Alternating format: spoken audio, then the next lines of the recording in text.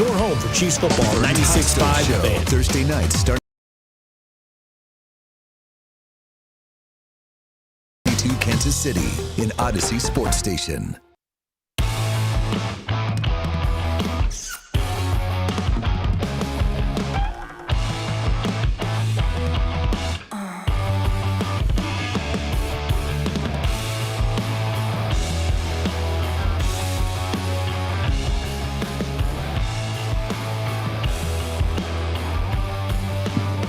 All right, we're one day away from Debanza versus Peterson. By the way, I know that I'm hard. You better believe it. You better believe it. Watched Iowa State last night. What a team that was last night. They played Bob's Colorado Buffaloes. It was 30-4 with 11 minutes left in the first half. Colorado had the lead? Yeah. No. Why do you torture yourself with that crap? Just being honest, I enjoy college basketball. Iowa State, Colorado. I'd rather go and pay $55 for a dozen donuts. 30-4 with 11 minutes left in the first half. That's right. That's right. No, watch that game. It was on ESPN. 30-4 at one point. Dude, Jesus, it was God. It was brutal. Final score is 97-67. Well, at least they fought back. I mean, they got 60-some points. I'll give them that. Yeah. And Deion coached them too? He could. He'd coach him better than that. Yeah, it was brutal. Let's see what the first half totals were. End of the first half was 52-29. Oh my God. How you doing? I read a book last night. Got a new book I'm reading now. Started reading this year. Figured I would. Mitch Albom, you know Mitch Albom? There's a book out called Twice. Mitch Albom? Mitch Albom, yeah, he's a I don't know sports writer. You have to mention the album first. Mitch Albom, very Albom. famous sports writer, and is a really good author too. Really, that's not my problem. I mean, he's really, really good. He's one of the most popular sports writers probably of all time. Won records. Evenings with Maury, I believe, was the title of that book. Two People You'll Meet in Heaven. He's written a lot of good books. He's got this new book out. I don't know if it's new, but this guy Ron at the J recommended it to me. Came up because you read. I go, not really. Ron Maloney? No, I wish it was Ron Maloney. That guy doesn't read. No, clearly he does not. But so he comes up to me and goes, you read? And I go, not really. He goes, well, I got this great book by Mitch Albom. I'm like, I really like Mitch Albom because his books are easy reads and they flow and they're really good and they're enjoyable. He goes, this book called Twice by Mitch Albom is out. I'm like, okay, what's it about? He goes, this guy's got this, basically this superpower, if you will, of being able to go back and redo things in his life. Ooh. And so he's able to go back and redo them. But the problem is it doesn't always make things better when you go back and redo them. And if you go back and redo it, you have to live with the second result of what happens if you go back and redo it. And it kind of started with his mother dying and leaving his mom alone and going out and playing and coming back and his mother being dead. And his dad's like, why'd you leave your mother and whatnot? And so the next day he relived that moment and sat by his mother's bedside, and she told him all about this superpower that he has. And it was crazy. And she still died. Like, you can't reverse death. Cool. And stuff like that, but you can reverse. I'm about 50 pages into the thing, and if I wasn't going to bed last night, I would have kept going because I think all of us would redo it something at one point in our lives, and this guy could redo just about anything he wanted to. So I'm anxious to see where this one goes. Yeah, that sounds great. You should have read the last chapter and then started. Yes. I've told you that. My mom, psycho behavior, she would do that. That is crazy. I've heard that before. We're not the same in that category. No, in you other can't do categories, that. we're the same, but we are not the same in that category. Hey, by the way, we mentioned it. We'll talk about it today. We'll have Ron Slay on. That's our guy. He's on. Saw him on ESPN. Yeah, he's big time He's now. killing it, man. Yeah, dude. Ron Slay all day. He'll He's the join man. us. He'll join us a little bit later today. That's the guy that we brought along with Mac. So we got Mac, and then Mac's like, hey, there's this Ron Slay guy. Bob's like, hey, there's this Sean Smith guy. Dusty, who do you have? I'm like, I got Binkley. Bob, just don't bring up Vanderbilt to Ron Slay. Yeah. Oh, he doesn't like the best team in Tennessee? No, he's a Vol for life. Come on. Well, I mean, if you put Vanderbilt and Tennessee on the field today, Vanderbilt wins that game 9 times out of 10. You should say that to Slay. Yeah, Just well, for I mean, entertainment today. it's proof. I mean, we see it going on right Yeah, now. tell him Vandy owns Tennessee, baby. And then tell him the Big Ten is the conference in the world of sports. Well, I dare you to say it to his face. No, I don't think he'd say it to his face. I can't. He's on the phone. Well, we could FaceTime him. All right, we can do that. Yeah. Hey, the Big what's Ten is up? better. It's true though. The Big Ten is better than the SEC right now. That's a situation where you gas them up, and then before you leave the conversation, like, dude, so awesome to see you on ESPN these days. Like, good to know you. You know, we had you last year. Thanks for all the insight. By the way, SEC's second best to Big Ten. Hey, gotta go. So, in both sports too. You know, please. what does the SEC dominate in? Like We just Olympic won sports? We just won the They basketball just had 3 championship. Final Four teams last year. Yeah, that was last year. I mean, we're talking about the ancient past. Yeah. Yeah, the SEC, yesterday's league. Well, you can watch the Big Ten tonight on Friday night. It's Michigan State versus Michigan on Fox. Oh at yeah, 7 Bob will o'clock. be all in on that. Yeah, you know it. Am I the college basketball insider at the station? Like, I feel like you I'm were doing Carrington. Yeah, I mean, like, I watch college. Drew. Yeah. But you're not watching tonight. You're not settling down Michigan no. State, Michigan. It's like last no. night I watched NBA. You know, that's what I chose. I had a little hockey on last Yeah. night. Devils Predators last night. you Watching a didn't. little of You that. read- I had the game on mute and I had the book open. You know, I kept looking up at the score 1-1. You're a 1-1. liar. You know, I could multitask, but I did have it on mute because I didn't Yeah. want it to get in the way of the book and whatnot. So. Yeah. no, there was the local kid from Illinois, Wagler. Yeah, he's a Shawnee Mission yeah, Northwest he kid. played yeah. last night. He had 22 after his game on Saturday where he had 43 and beat Purdue. So what's cool about that kid is like he had no offers or like 2 small offers coming right out of college or out of high school. We'll get Mizzou And next year. I mean, this guy is dominating. And I was talking to somebody at the game the other night. And they're like, yeah, this kid has gone from a nobody that nobody wanted in college to a kid who's being now projected at the end of the first round or top of the second round. Yeah. And 3 months ago, nobody wanted this kid to play college, basketball for him. What a great story for a local kid to be doing that. And if I'm him, I'm bouncing after next year to the NBA. If you got a chance to be drafted, hell yeah, let's go. I think he'll transfer and play another year. He's also a freshman, the freshman class I want to talk about a little bit here. Before we get there, though, last night, Cooper, the American flag, he set a all-time NBA record that I think will be broken eventually, but right now it is. He scored 49 points last insane. night as a 19-year-old in the NBA. Something LeBron couldn't do in 2 years as a teenager in the NBA. Seriously, though, I mean, He literally scored 49 points last night. And by the way, he did it against his teammate, Knipple, at Duke, who also dropped 34 and made 8 3-pointers last night as it was Flag versus Knipple in the rookie showdown. Most efficient NBA rookie of all time, Con Knipple. Yeah. And what does that mean? True shooting percentage, field goal percentage, Five-tool 3-point, free player. throw. I mean, he does everything. But yeah, just as far as shooting, we've never seen a more efficient rookie in the NBA. and he's got it. And they played on the same team last year. But again, last night Cooper flagged 49 points by a 19-year-old. I mean, insane. In an NBA game where everybody else is grown-ass man. Team USA and its youth is developing. And if you don't believe that, there's 2 players last night that put up 80 points against total that played college together that are going to be United States basketball players. This weekend, it's AJ DeBanza versus Darren Peterson. Smash. That should be one of the 2 of the top 3 picks in the NBA. Oh, by the way, next weekend is Tobacco Road Showdown, Carolina versus Duke. That is Cameron Boozer versus Caleb Wilson. Cameron Boozer obviously is the guy that I glaze. I think Duke is winning the national championship. I think Cameron Boozer is one of the best college basketball players I've ever seen. Michael Beasley, Kevin Durant, Derrick Rose, Jeez. one of the best. He is 6'9", really good. 250, does not move like that. No, he's a great college player. Yeah. The way he releases the ball looks like he's a 2-guard, Mac. The way he gets to the rim looks like he's a flashing 4. The way he owns the post, he looks like a true 5. He brings the ball up from out of bounds when they get the ball. He does. is absolutely insane. And in that rivalry game on February 7th, the day before the big game, you're going to see those 2 play, and those are 2 of the top 4 kids going to the NBA, also freshmen. The 4 best players in the country are absolute true freshmen.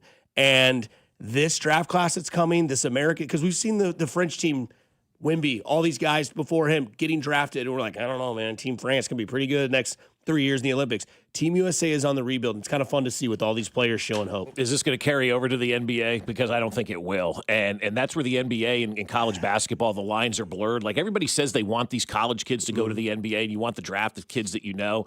And we've had that in the 80s and the 90s, all these kids that we knew, and that never really carried over to the NBA. Yeah. Well, this excitement level that people may have or may not have, I don't know, for these college players carry over to the NBA. Can they get that to carry over? That's what the NBA's got to figure out, because if there is excitement about these kids right now, you got to figure out a way to capitalize that, because a lot of times these guys go to the NBA and, unless you've got 49 points, nobody's talking about you on a daily basis. College basketball players we talk about more than NBA basketball players, it seems like. But here, obviously, say that too, here.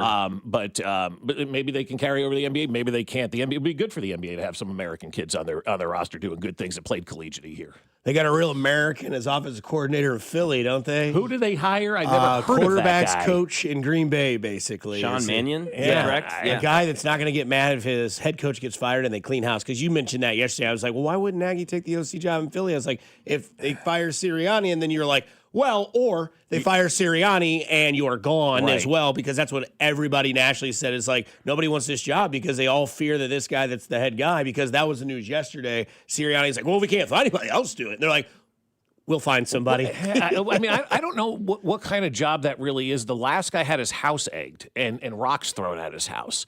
Is that really a job that anybody wants after you see the behavior of fans performing that way? I mean, seriously, think about it. That guy had to have police protection, FBI protection probably as well, because fans were showing up and egging his house and throwing rocks at his house.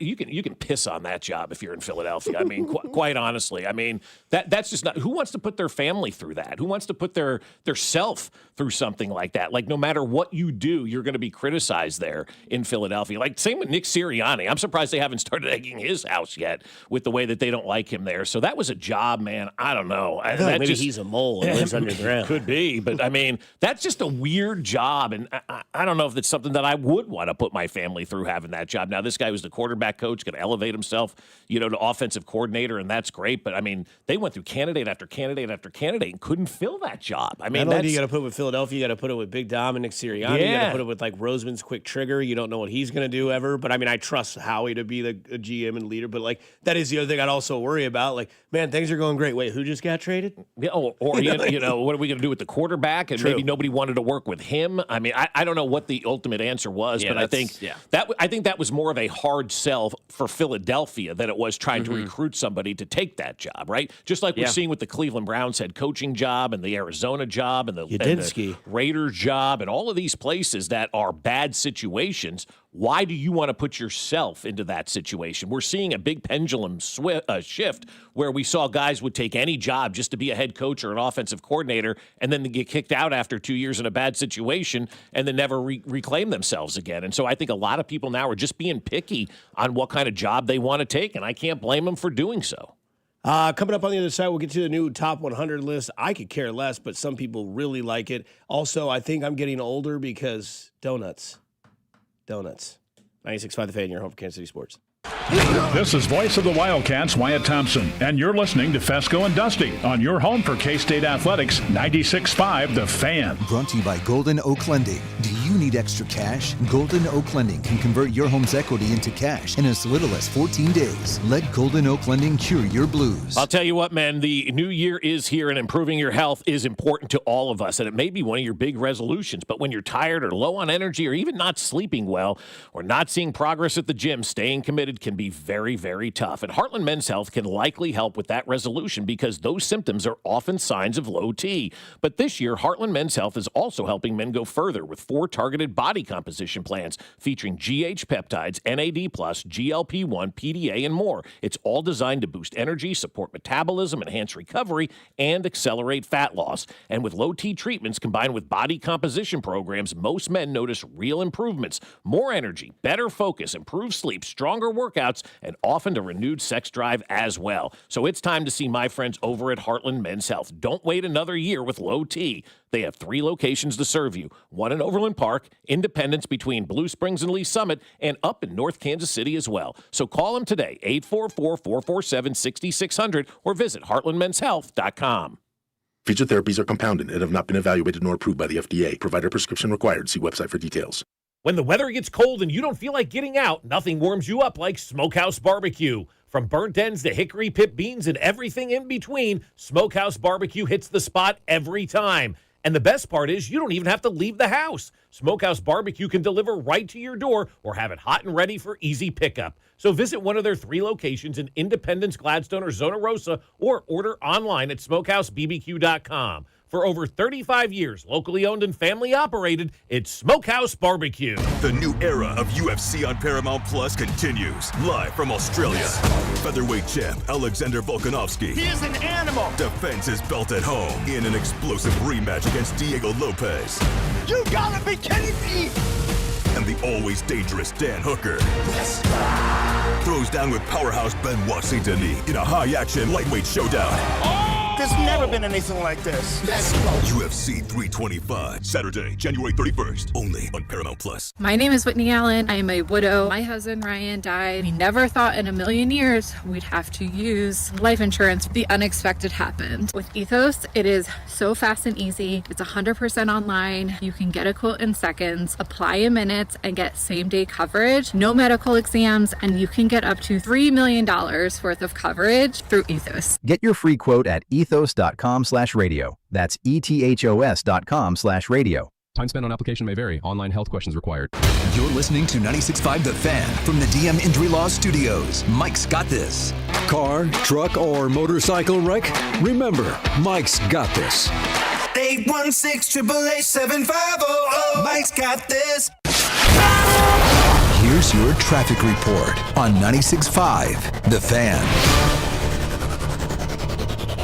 On the Missouri side, 35 southbound from Missouri 152 into downtown is a 12-minute trip. I-70 westbound from 470 into downtown, 15 minutes. Kansas side 70 eastbound from 435 to 670 is an 11-minute drive. Alan Carr, 96.5 The Fan, traffic.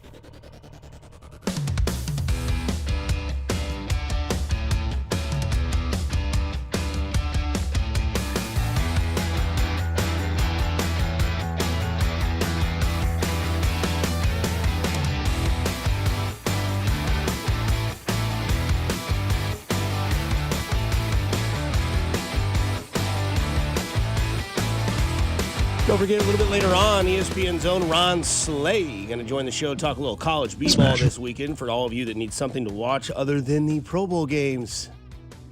You think Jay Binkley watches more KU versus BYU or Pro Bowl games? I don't think the Pro Bowl games is until right? Tuesday. Yeah, Tuesday. So Pro I just Bowl want to games. win, Jen. Real quickly, I know that I'm getting older when I find things shocking that should not necessarily be something that should shock you. I found out yesterday that donut prices are insane. And I don't know if I need a campaign for this. I'm not a huge donut eater, but sometimes you have conversations with your friends that take off in several directions, right? One minute you can talk about, hey, what are we doing for the Super Bowl again? Like, you're making sliders and I'm making deviled eggs. And you know what's weird? You don't see a lot of donuts in offices anymore. And then one of your buddies goes, you don't yeah. see a lot of people in offices anymore. And my buddy goes, yeah, have you seen the prices of donuts? And I'm like, no, are they like absolutely outrageous? He's like, dude, check it out. And then one of my buddies like, oh yeah, I was, hanging out with some family, had to go pick up some donuts at this one place. And it was like $38 for 12. And I was like, excuse me? Wow. So then I started doing some research, started searching donut prices.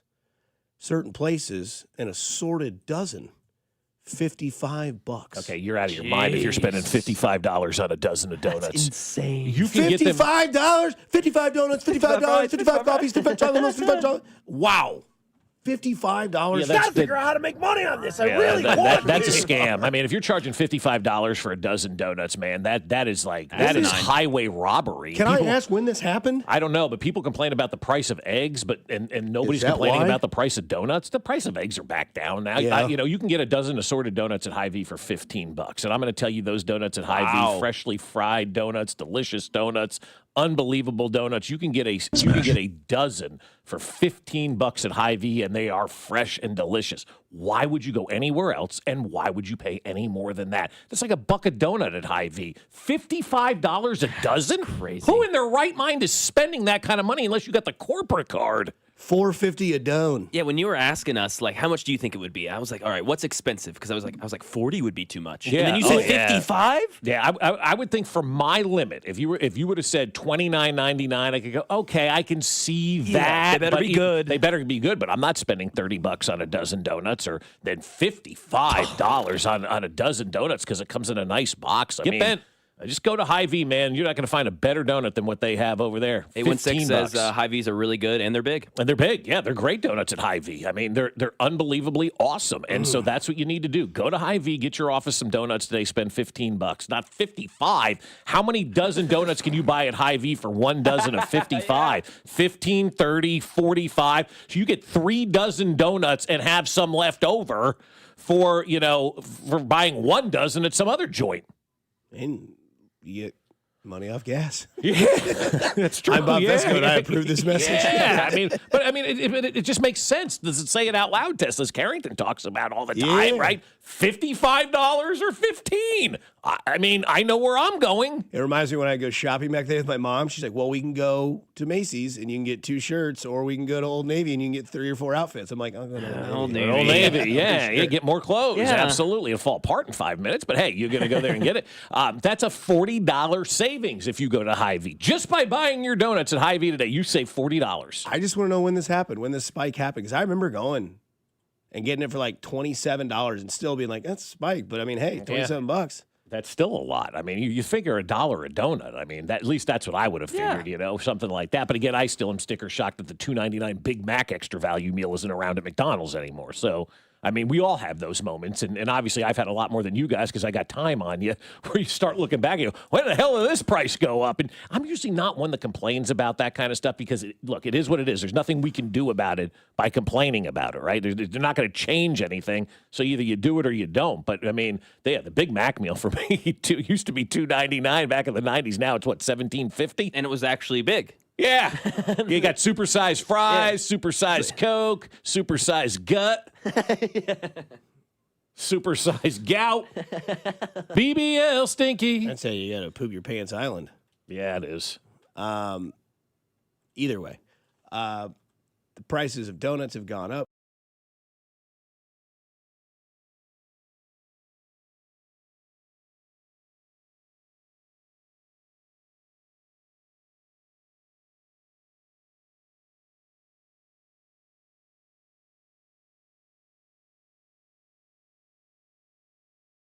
Gibbs, Will Anderson Jr., Puka Nacua, top 3, Jamar Chase, Myles Garrett. I have a hard time with Josh Allen. Number 1. I feel like this is everybody's now loving up Josh because he lost that game and his foot's sore and all that kind of stuff. Look, I don't really care where Patrick Mahomes ranks on this list, but I think fans believe that he uses this as motivation, right? Like anytime somebody doesn't pick him, somebody tweets out him writing in a notebook or Kermit the Frog or, one of those things that, those memes that people have out there all the time of note taking, and we see it in The Office and all that kind of stuff. And I think fans care more about that kind of stuff than maybe the individuals do. But if it is another form of motivation for Patrick Mahomes, I'm all for it. Like anything that you can use to motivate yourself to get back and to get better and to get the hell away from last season, I think is a really good thing. And we've seen Patrick Mahomes get motivated by being the 4th quarterback or whatever it was, when he's counting on his fingers in Chicago that one time. And, he's used these things as motivation in the past. And so I think fans think he's going to use this as motivation now, and he may. But he's got a lot of other motivation right now to get back than just having 9 players ranked above him. I don't get with Joe Burrow being ranked above him. Joe Burrow that's weird. Does not play a full season. The love affair for Josh Allen, fine, I guess if you're doing a regular season thing. But, where Patrick Mahomes is right now, he's still the best quarterback in the NFL, and you're still taking him with the 1st overall pick. If you're having a draft of every player in the NFL, you're starting your franchise with Patrick Mahomes. You're not starting it with anybody else at this point in time.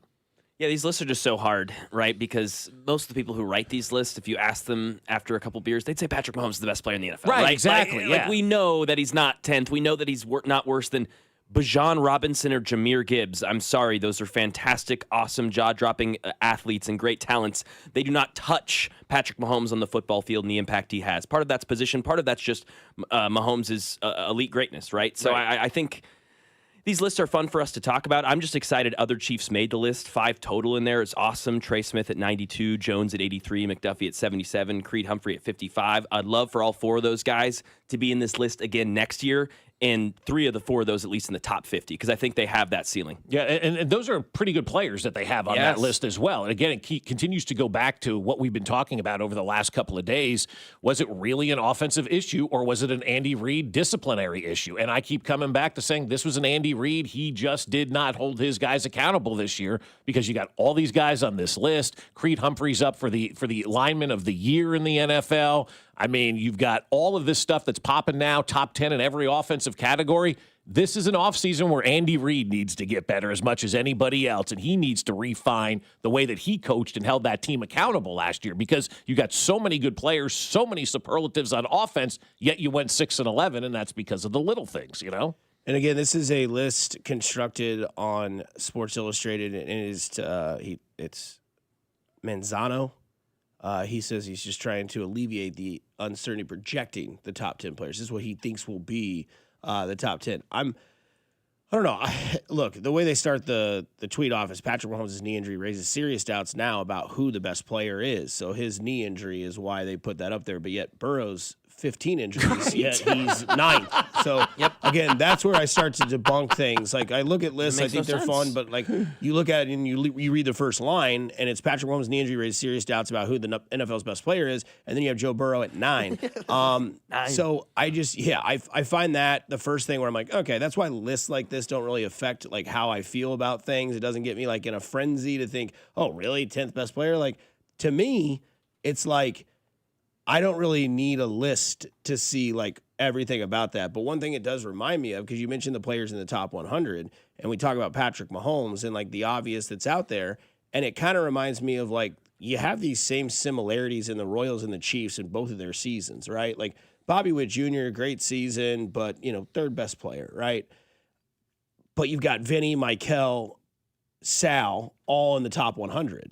You have Creed, Trey, and others all in the top 100. And then your best player's a top 10 player. And both coming end of the season. Ooh, that's a good question. Like, because the second year where they went 9-7, they had a winning record. They were in it until the end, and you were like, all right, second year, first place schedule, went to the playoffs last year. It's Andy Reid. They've really revamped this team. It's not as disappointing. Plus, you didn't have the hype of what the franchise was. 6-11 with Patrick Mahomes, Travis Kelce, Chris Jones, Andy Reid, Brett Veach in control. You're like, all right, this is terrible. Yeah, that's crazy. The I'm trying to think now, the most disappointing season, like where you had expectations and they didn't live up to them. This right? or the Bengals. This, or you mean going to the AFC Championship game? Oh, I was thinking like total seasons that were washes. Like this one was a wash. Like 2012. I don't know how much expectation we truly had. Going into that season. Oh, it was. I mean, you won 2 games. Mass disappointment in that thing. I mean, that was just atrocious. But I'm trying to think like one where we had like legit expectations, because really, as you mentioned, since Andy Reid has come into this organization, every year they've either lived up to or exceeded expectations, except this year. This is the first time that an Andy Reid team did not live up to or exceed expectations. Let me ask you this. Where would you put the odds if I were to say Patrick Mahomes on this list next year, higher or lower than where he is right now? Where would you be able to make more money? Do you think more people would bet on Patrick Mahomes to be lower on this list at the end of next season, or higher on this list at the end of next season? I think that's 2 different questions. Where you make money is you would project him to be lower. Where I predict he will be next season will be higher. I think so too. I think if I'm a betting man, I'm saying higher than 10 next, higher like 9 through 1 as opposed to 10 through 100. I think he'll be inside that top 10 and probably a top 5 player in the NFL next season. That's kind of the way that I feel right now, because I think he's going to rebound from this and get back to where he was. At least that is, the obvious hope. You don't want Patrick Mahomes to take another step back and then 2 years we go, oh my gosh, is he on the downside of his career? And I don't think that he is, obviously. So I think he battles back, and I think he is a top 5 player next year. I think all of this, kind of motivates him in a little bit of a way, maybe not as much as we would like him to be motivated in, but you've got to use something to kind of get you through the dog days of rehabbing, because they can be very lonely and very dark. Ask anybody who's rehabbed, and they tell you, you're all by yourself, man. There's nobody there for you. Yeah, and you've got to keep going. You've got to find self-motivation. Yeah. And this could be one of those things for Mahomes, even if it's just for a couple days, where it's like, number 10, bite me kind of thing. Where it's like, next year, that's what he's reading. He'll be higher. He'll be higher. He'll be number one. You think he'll be number one next year? He's the best player in the NFL. He is, but and this team's going to be better. Yeah, but will people allow him to be the best again? Because it sure feels like this year people were ready to kick Patrick Mahomes and the Chiefs to the curb and embrace Josh Allen and love him up.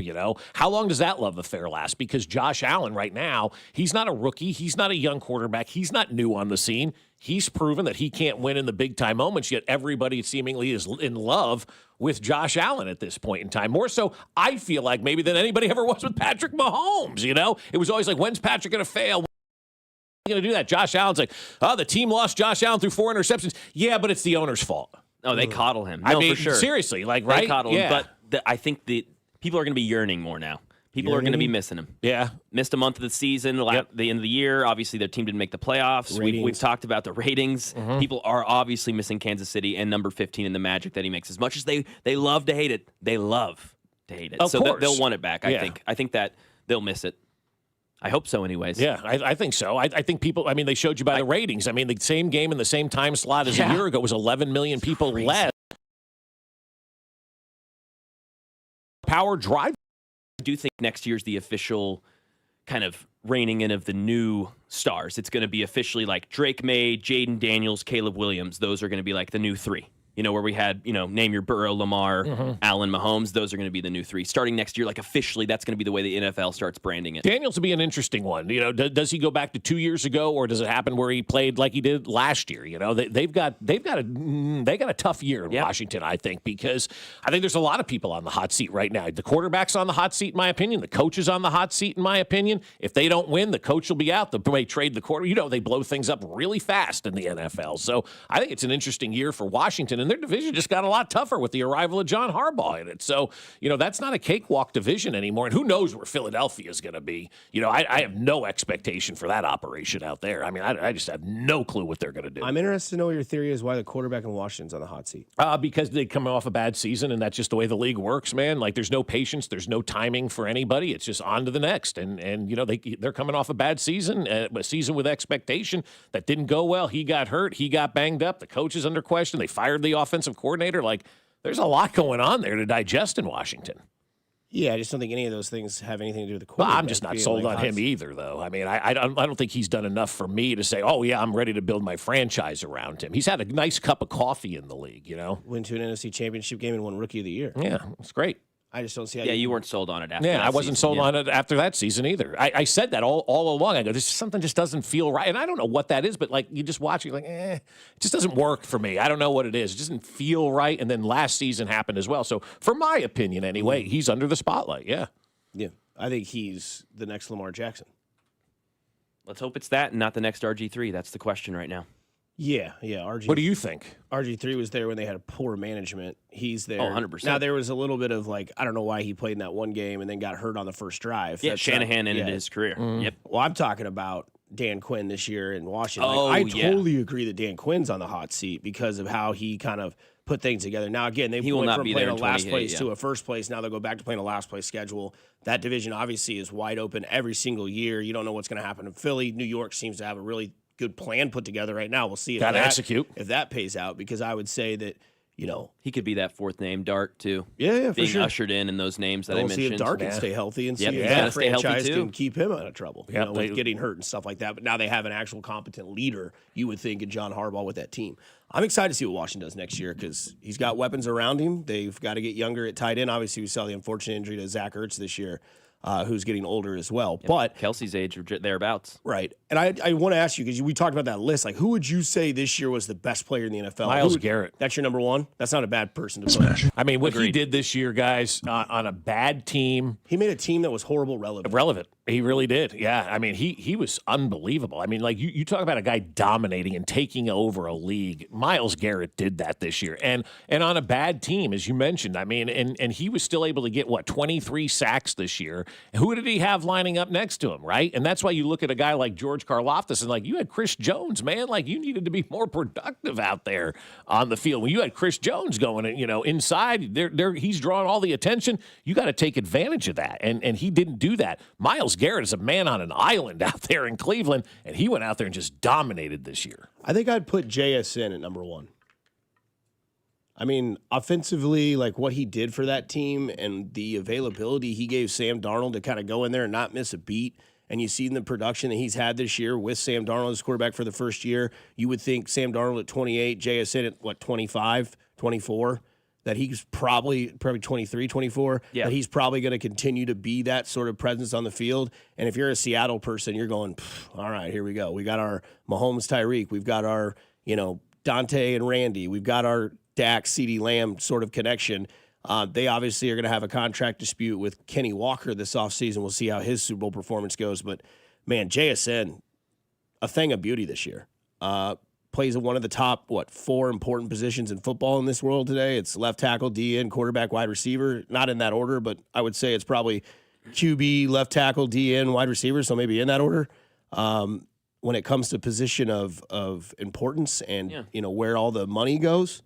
Definitely where the money goes, right? Yeah. And, I think that's why you see a lot of people trying to get good slot corners because guys like JSN exist. Mm-hmm. And if you can have somebody lock him up, you've got an absolutely chance to kind of put that team away. So Bob's got Myles Garrett. I think I'd put JSN Who there. do you got, Mac? Yeah, it's funny. There was a chart that came out on wide receivers yesterday about nerd stuff, but separation. And I saw Hollywood Brown was like top on that. Yeah. Okay, so if he was, why wasn't he getting bottom? That was bottom. Yes. I was looking at the left-hand sad. I thought that was the No, bottom left, bad. Top right, good. JSN was the best. Him and Puka were like far and away. And then it's Hollywood Brown, Rashee Rice, Xavier Worthy, all three in a little chunk in the bottom left corner. That was the bad side. That's the I'm bad used to the side. left side being good because I'm left-handed. No, I get that. Yeah. Juju Smith-Schuster was on the top left, which means he was good against zone coverage, but he's slow and old and has injuries. He's not going to beat someone, a young corner man coverage, right? Yeah. So that is something where I'm like, please, let's get someone who can get separation. Let me go back to that, okay? Because that's very interesting. We've seen the Chatty O'Shea coming in and 85 other wide receiver coaches right now. You had young coaches young players in the NFL, young rookies that you were relying on a very important position, and you had a head coach that shouldn't have been, or not a head coach, but a position coach that had no business coaching those guys. Mm-hmm. Because what that chart shows me right there is they were not being taught properly. When everybody is doing the same thing wrong, that's not on the player. That's on the teacher. That's on the leader. That's on the people giving them the message. Because what that tells me right there is they were not taught how to get separation in the NFL. Now, Hollywood Brown has been around for a while. I don't necessarily know that I include him in that same type of category. But those younger guys are on there. And hell, yeah, I will throw Hollywood Brown into the mix as well because they're all right there.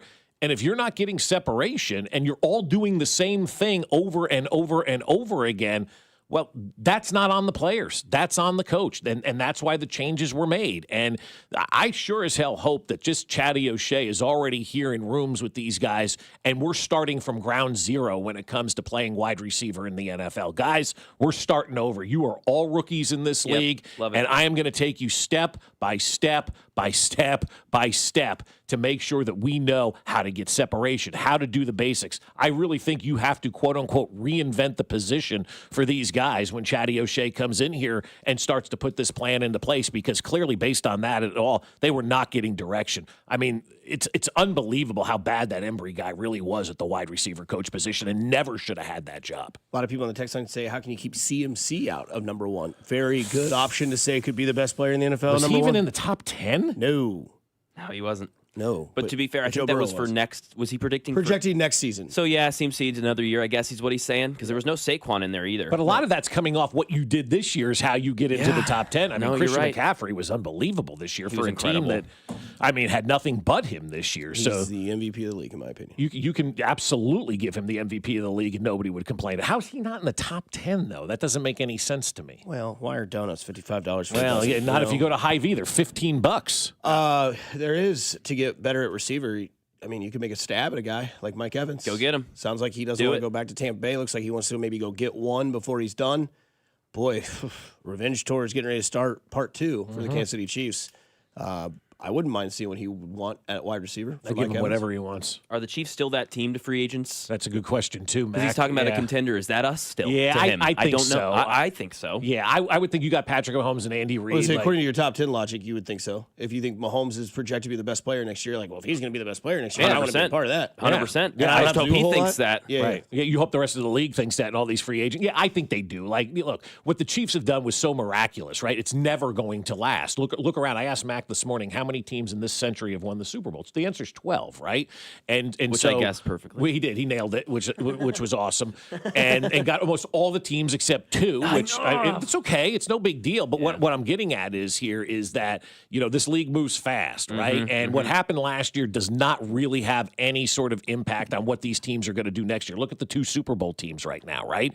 Look at this. The AFC Super Bowl team was 4-13 a year ago, and now they're playing for a championship. Seattle was dead to the world 2 years ago. They're playing for a championship. The Denver Broncos had the worst cap hell that they've ever been in any franchise in history, and they were playing to go to the Super Bowl this year. So it doesn't matter what you did on the field last year. You look at the infrastructure that's around it, and if you're Mike Evans and you're looking at that lineup of teams and you're saying, I want to go play for a contender, how do you not have Patrick Mahomes and Andy Reid at the top of that list? And especially with all the changes now that the Chiefs have made just from the coaching staff alone, you've got to feel really, really positive about where this organization is headed. Would love to see it. Would not mind seeing that. One thing I used to love to see is when I would produce for Bob and Kling, the drop that we always loved to hear was Cooter. Well, Cooter. That comes back full circle on the other side here on 96.5 The Fan, your home for Kansas City sports. You're listening to Bob Fesco. I'm surprised nobody punched him in the jaw yet. And Dusty Likens. He's a hoe, and I want that known. Brought to you by Golden Oak Lending. Do you need extra cash? Golden Oak Lending can convert your home's equity into cash in as little as 14 days. Let Golden Oak Lending cure your blues. Your home for Kansas City sports. 96.5 The Fan. This is Kevin Harlan, and I'm here with Rob Seid of Rob Seid Ford. Fresh off a record-breaking year and a successful run at Ford's 2025 Top Volume Award. Rob, how did you do it? Kevin, it's simple. We pulled out all the stops on price, on trade values, on inventory, and made sure our customers got an experience they couldn't find anywhere else. Well, the race isn't over. 2026 is here, and you're back in the chase again. That's right, and we're going even harder this year. More inventory, more aggressive trade-in values, and a buying experience other dealers just can't match. Well, you're not just talking, you've got the receipts. Kansas City's only top-rated Ford dealer on Google, 4.8 stars with nearly 3,000 reviews. Voted best car dealership in Kansas City by KC Magazine. The recognition matters, but what actually matters is how you feel when you call or visit Rob Seid Ford. Inventory, value, transparency, and no pressure. That's why people keep coming back. Come see us at 135th and State Line or visit us online at robsight.com. Rob Seid Ford. Buy right. Drive happy. I'm Piera Palazzolo, VP of Digital Marketing for the American Management Association, a company focused on the management training skills needed to enhance the careers of business professionals. We did our research when it came to the best companies for website development and chose AmericanEagle.com. And we couldn't be happier. AmericanEagle.com worked closely with us to understand the front and back end requirements needed to launch an e-commerce website that could handle the complexities of running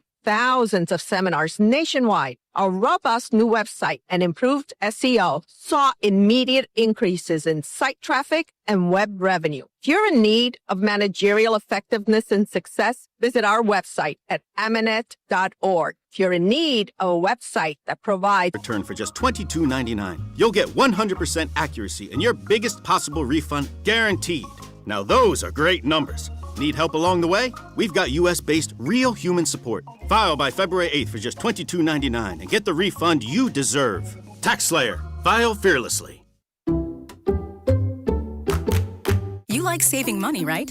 We all do. That's why Allstate just lowered the price of car insurance. Not, but wait, there's a catch. Lower. Actually lower. So if you're shopping around or just want to see how much you could save, check Allstate first for a new lower auto rate that could save you hundreds. You're in good hands with Allstate. Not available in every state. Only applicable for new auto insurance business. Rates will vary by several factors, including how you purchase the policy. Potential savings vary. Allstate North American Insurance Company and affiliates, Northbrook, Illinois. Hi, I'm Lexi, your friend and jeweler at Shane Company, where we're all about you. Your style, your budget, your dream engagement ring. We'll take total care of you. First, Come browse all the beautiful settings in our cases. Take your time and try on as many as you want. You'll know when you put your ring on. Your heart will skip a beat. Now, onto your center stone. We can look at different diamond shapes and sizes until we find the perfect match. Come visit us in store, because a friend wants you to get exactly what you want. Shane Company, your friend and jeweler. DQ presents the Spicy Menu. For a limited time, try the new Flamethrower Chicken Strip Basket for $6.99 with spicy, bold strips that heat you up. Served with a side of famous DQ soft serve as a dip to cool you down. That's right, dip those spicy chicken strips right into soft serve, plus fries and toast, all for just $6.99. And add a new pineapple lemonade sparkler or cooler made with tahini. It's the limited time only Spicy Menu. Get it delivered in the DQ app. Happy, tastes good. Participation may vary. Here's your traffic report on 96.5 The Fan. On the Missouri side, inbound I-29 from 435 into downtown, about 15 minutes. Checking 435, you're moving at posted speeds or better all around the metro. Alan Carr, 96.5 The Fan, traffic.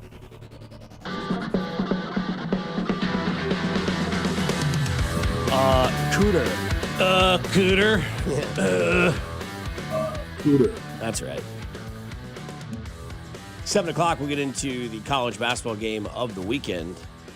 3:30 ESPN College Game Day in Lawrence. Smash. Since Monday, the kids have been sleeping in Allen Fieldhouse. Beware of the fog and the farts. I did buy that shirt, by the way, from Downright Delicious.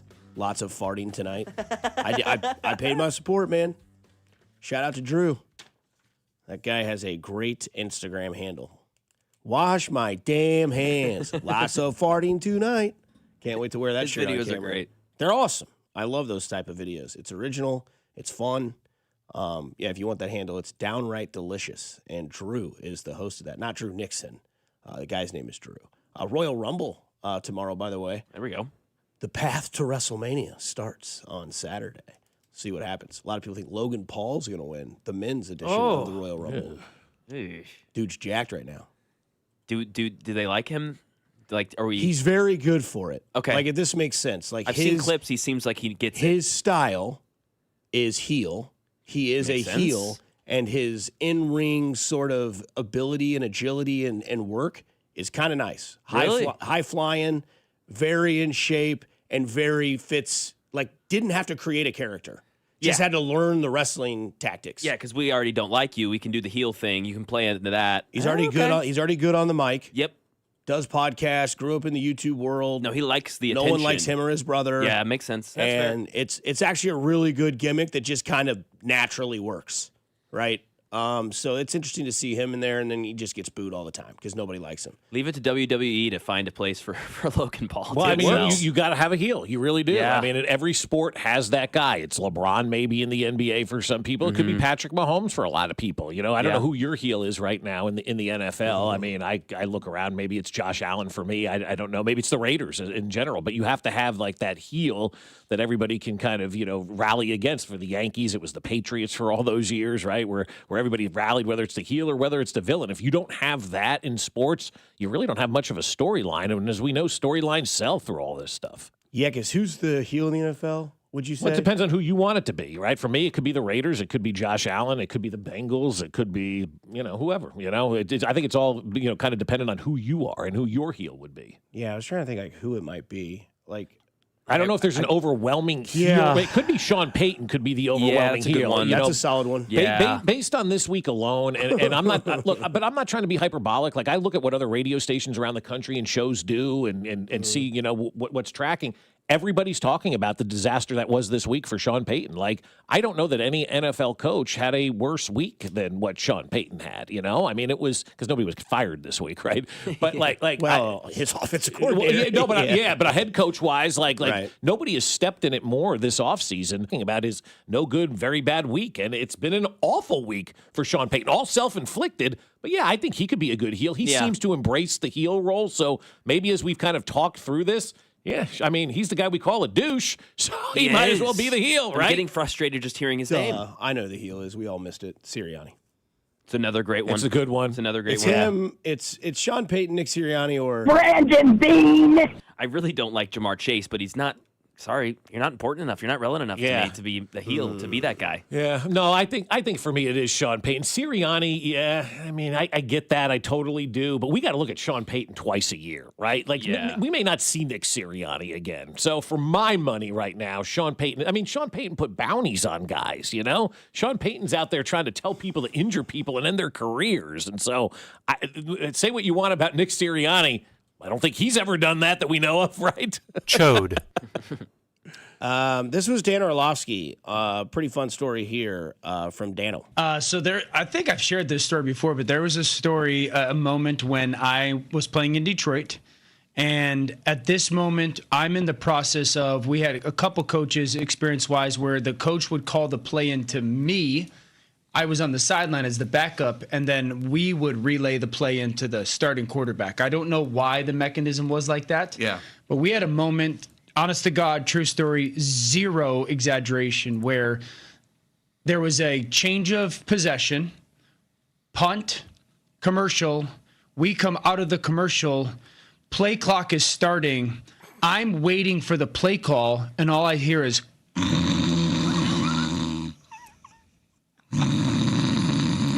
the coach, our play caller, our offensive coordinator, fell asleep in the middle of a game and didn't get a call in. No. Yeah. So what'd you do? I just eventually panicked and called something to. Thankfully, the starting quarterback was a veteran as well. But for all the people who are like, why were you guys bad in Detroit? Jeez. Yeah. I can't imagine why I've you were also winless. been on the headset when a coach called plays that weren't part of our offense. Oh, my God. Explain. So he would call a play, and you'd be like, that's not our verbiage. And you would sit there and be like, okay, he was calling plays from his past, like offenses that he was a part of in the past. I love it, the exposure that is going on with these coaches now in the NFL in that kind of conversation, right? We think, these coaches, they're working 20 hours a day. That's why they're falling asleep in a press box during the game, because they're wasting time at the office doing nothing. And then calling the wrong play because you've been in how many different offenses. Yeah. I mean, I actually give the guy a free pass on that because he's probably been in 10 different systems in 10 years. He's like, that's not this play. That was something from somewhere else. But, I mean, I think as naive as we are sometimes with sports, we envision these to be buttoned-up operations. They're not. They're a bunch of guys playing grab ass for most of the day that just happen to be football coaches, just like the rest of us. I wish Dan would do more of that. Those are great stories. That's real insight. It's better than him breaking down the tape of a game and telling me about the all-22 and whatnot, because those are stories that we can all relate to. Have you fallen asleep somewhere that you shouldn't have fallen asleep? Because I started to list stuff, and I'm like, these are all my friend Drew's places where he's fallen asleep. Food for Less in Wichita, Kansas, after a wedding. We were looking for, this is pre-cell phones. This is mid-90s, so you didn't know where anybody was. And so somehow, some way, we found him in a Food for Less in Wichita, aisle 7, roll of paper towels as a pillow. Smart. Okay, he's had that as a pillow. Is this your friend? Yes, please take him away. Other time, he I'll passed, be Doug. He fell asleep in the bushes outside of GSP and Corbin in college our freshman year. Fell asleep out there. And then on our baseball trip one year, he fell asleep in the ballroom at the hotel in Baltimore. And that was with cell phone, so you could at least call him. But he was very much asleep. We didn't know he was in the ballroom. And so I think as we start to go on these trips as we get older and technology advances, everybody needs to share their locations so we can find you.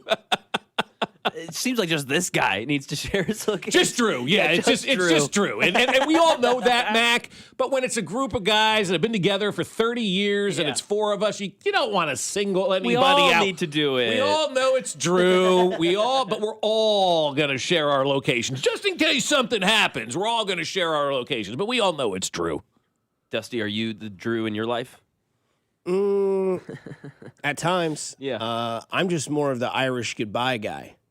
I get that. Like if we're outside at Stewie's patio, it's 11 and I've been overserved by my right hand to my mouth, I'll start to feel the knees and I'm like, all right, I can get out the back door here. No one's going to see me. And then I get 3 texts like, hey, did you go home? I'm like, yeah, dude, DoorDash was there when I got there. We're good. I don't know. Weirdest place I've fallen asleep. You know how in this industry they say you got to earn it? Oh, yeah, you got to grind. Oh, well, our first boss gave me a job right out of the chute. Called me up, said, you want to work part-time at 610 Sports Radio? I said, absolutely. Hell Sign me yeah. up. He goes, I've got a good job for you. You're going to produce for the Prairie Village Presbyterian Church Show Sundays at 8 a.m. Excuse me? That's right. Prairie Village Presbyterian Church Show. Yeah. 8 a.m. Sunday morning, fresh out of college. John Hansen. God, I love John Hansen so much. I want to see how I want you here every Sunday. Connected to the internet on the pod of the computer, and the bells started playing, and the church started going. And one morning, I had a rough night in Westport, and I stayed in my buddy's girlfriend's apartment. We were all crashed on the couch. I woke up at 7:30, drove straight here, potted that sucker up, hit play, and I put the trash can horizontally underneath the board in 1660, and I slept for the entire church service, set my alarm for 8:58, went off, service was over, potted down, turned off, rode out, slept with my head, kind of like Drew on a trash can with my coat as my blanket, snore the whole time. Nice. That's some good sleep. That happened to me in my first radio job doing mornings in Texas. My boss took me out for my birthday, and the next morning it was sportscast puke, sportscast puke, sportscast puke. Yeah, that's right. And then my first on-air job, John Hansen gave me, he said, I want to see what you can do on the air. I said, I give him an opportunity. He goes, yep, 1660, your own show. I said, when we doing it? He goes, Saturday at 3 o'clock in the morning. Whoa. That's right. Damn. You got to earn it, dude. Look at us now. Who'd have thought? Not me. 913 says they fell asleep outside of Dusty's house. Dusty, I need to come over to your house. Where have you fallen asleep? Good Lord. Next to the Tennessee River in Knoxville. Nice. On some asphalt. Yeah. Oh, I'm sorry. I thought you said something else. No, that would have been better. I did once drive Did not wake up by myself. Oh. Someone else woke me up. Let's just say that. Are you going to eat that apple? Yeah, Grace, that's exactly what it was. Yeah. What you got there, sport? What's in your apple? shopping cart? That's exactly. Did you steal that shopping cart from the Walmarts or the Targets? You gonna finish? Do you like my shopping carts? You gonna finish that cigarette? No. Yeah, Here, there you go. take it. Thanks, bud. You got any meth? Why are my pants in my ankles? It's awfully cold out Hey, here. Jerry. Hello, America.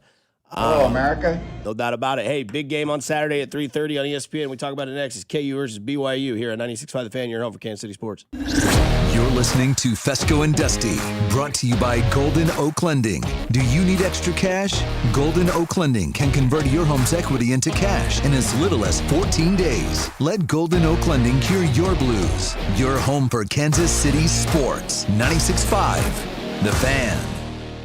Hey guys, it's Dusty Likens. Let me tell you about my friends over at GiveMeTheVin.com, because I'm sure you've got a car that you're trying to get rid of. Well, I can tell you how to do it easily with GiveMeTheVin.com, because they want to buy your car, whether it is your daily driver pickup truck, SUV, minivan, supercar, or exotic. So say goodbye to dealing with all those dealerships and private sale tire kickers and get a true buy offer for your car. GiveMeTheVin.com puts your car right on the money, providing you with a hassle-free online option to sell your car for more. It's as simple as going to GiveMeTheVin.com and entering your car's VIN number or license plate number. You'll get an offer on your car in minutes. That is way above any dealer quote. You can go to one of their pickup locations, or they'll even come to you. It's as easy and it's fast. GiveMeTheVin.com is America's best car buyer. Hit it, boys. Sell us your car. GiveMeTheVin.com. So easy you can do it in your underwear. Hey, it's Gold, and just because the calendar turned over to 2026 doesn't mean Shawnee Mission Ford still isn't on a mission to do more. In fact, they're still offering the largest discounts, giving top trade allowances in Kansas City. I'm still enjoying driving the great Ford F-150. That 360 camera makes the parking so easy for me now. Also, the heated seats for most start. It is a must in the wintertime. So if you're looking for a place to buy a vehicle, it is Shawnee Mission Ford. They're also going to be with you whenever you need the service done. Shawnee Mission Ford is on a mission to do more in 26.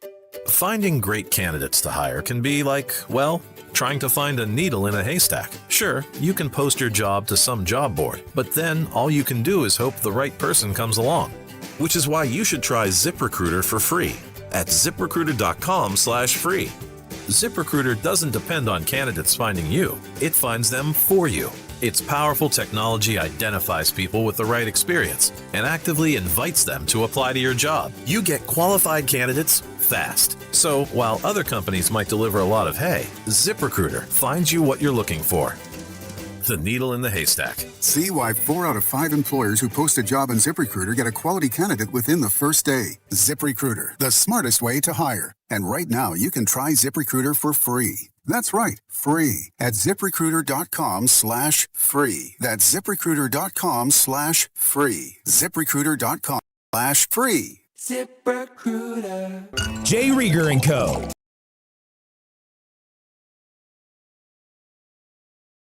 Whiskey, winner of Best Craft Bourbon at the 2025 Ascot Awards. At 90 proof, it's rich, well-balanced, and oh so good. Quality crafted in Kansas City. Here's your traffic report on 96.5 The Fan.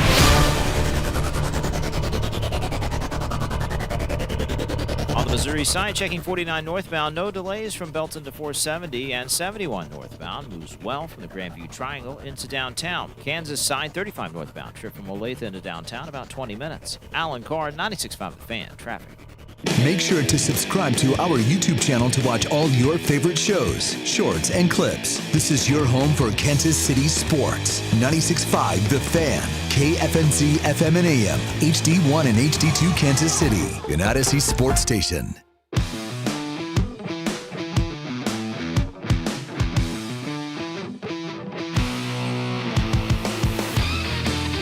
Diving right back into it here on a Friday. Congratulations, you've made it through the week.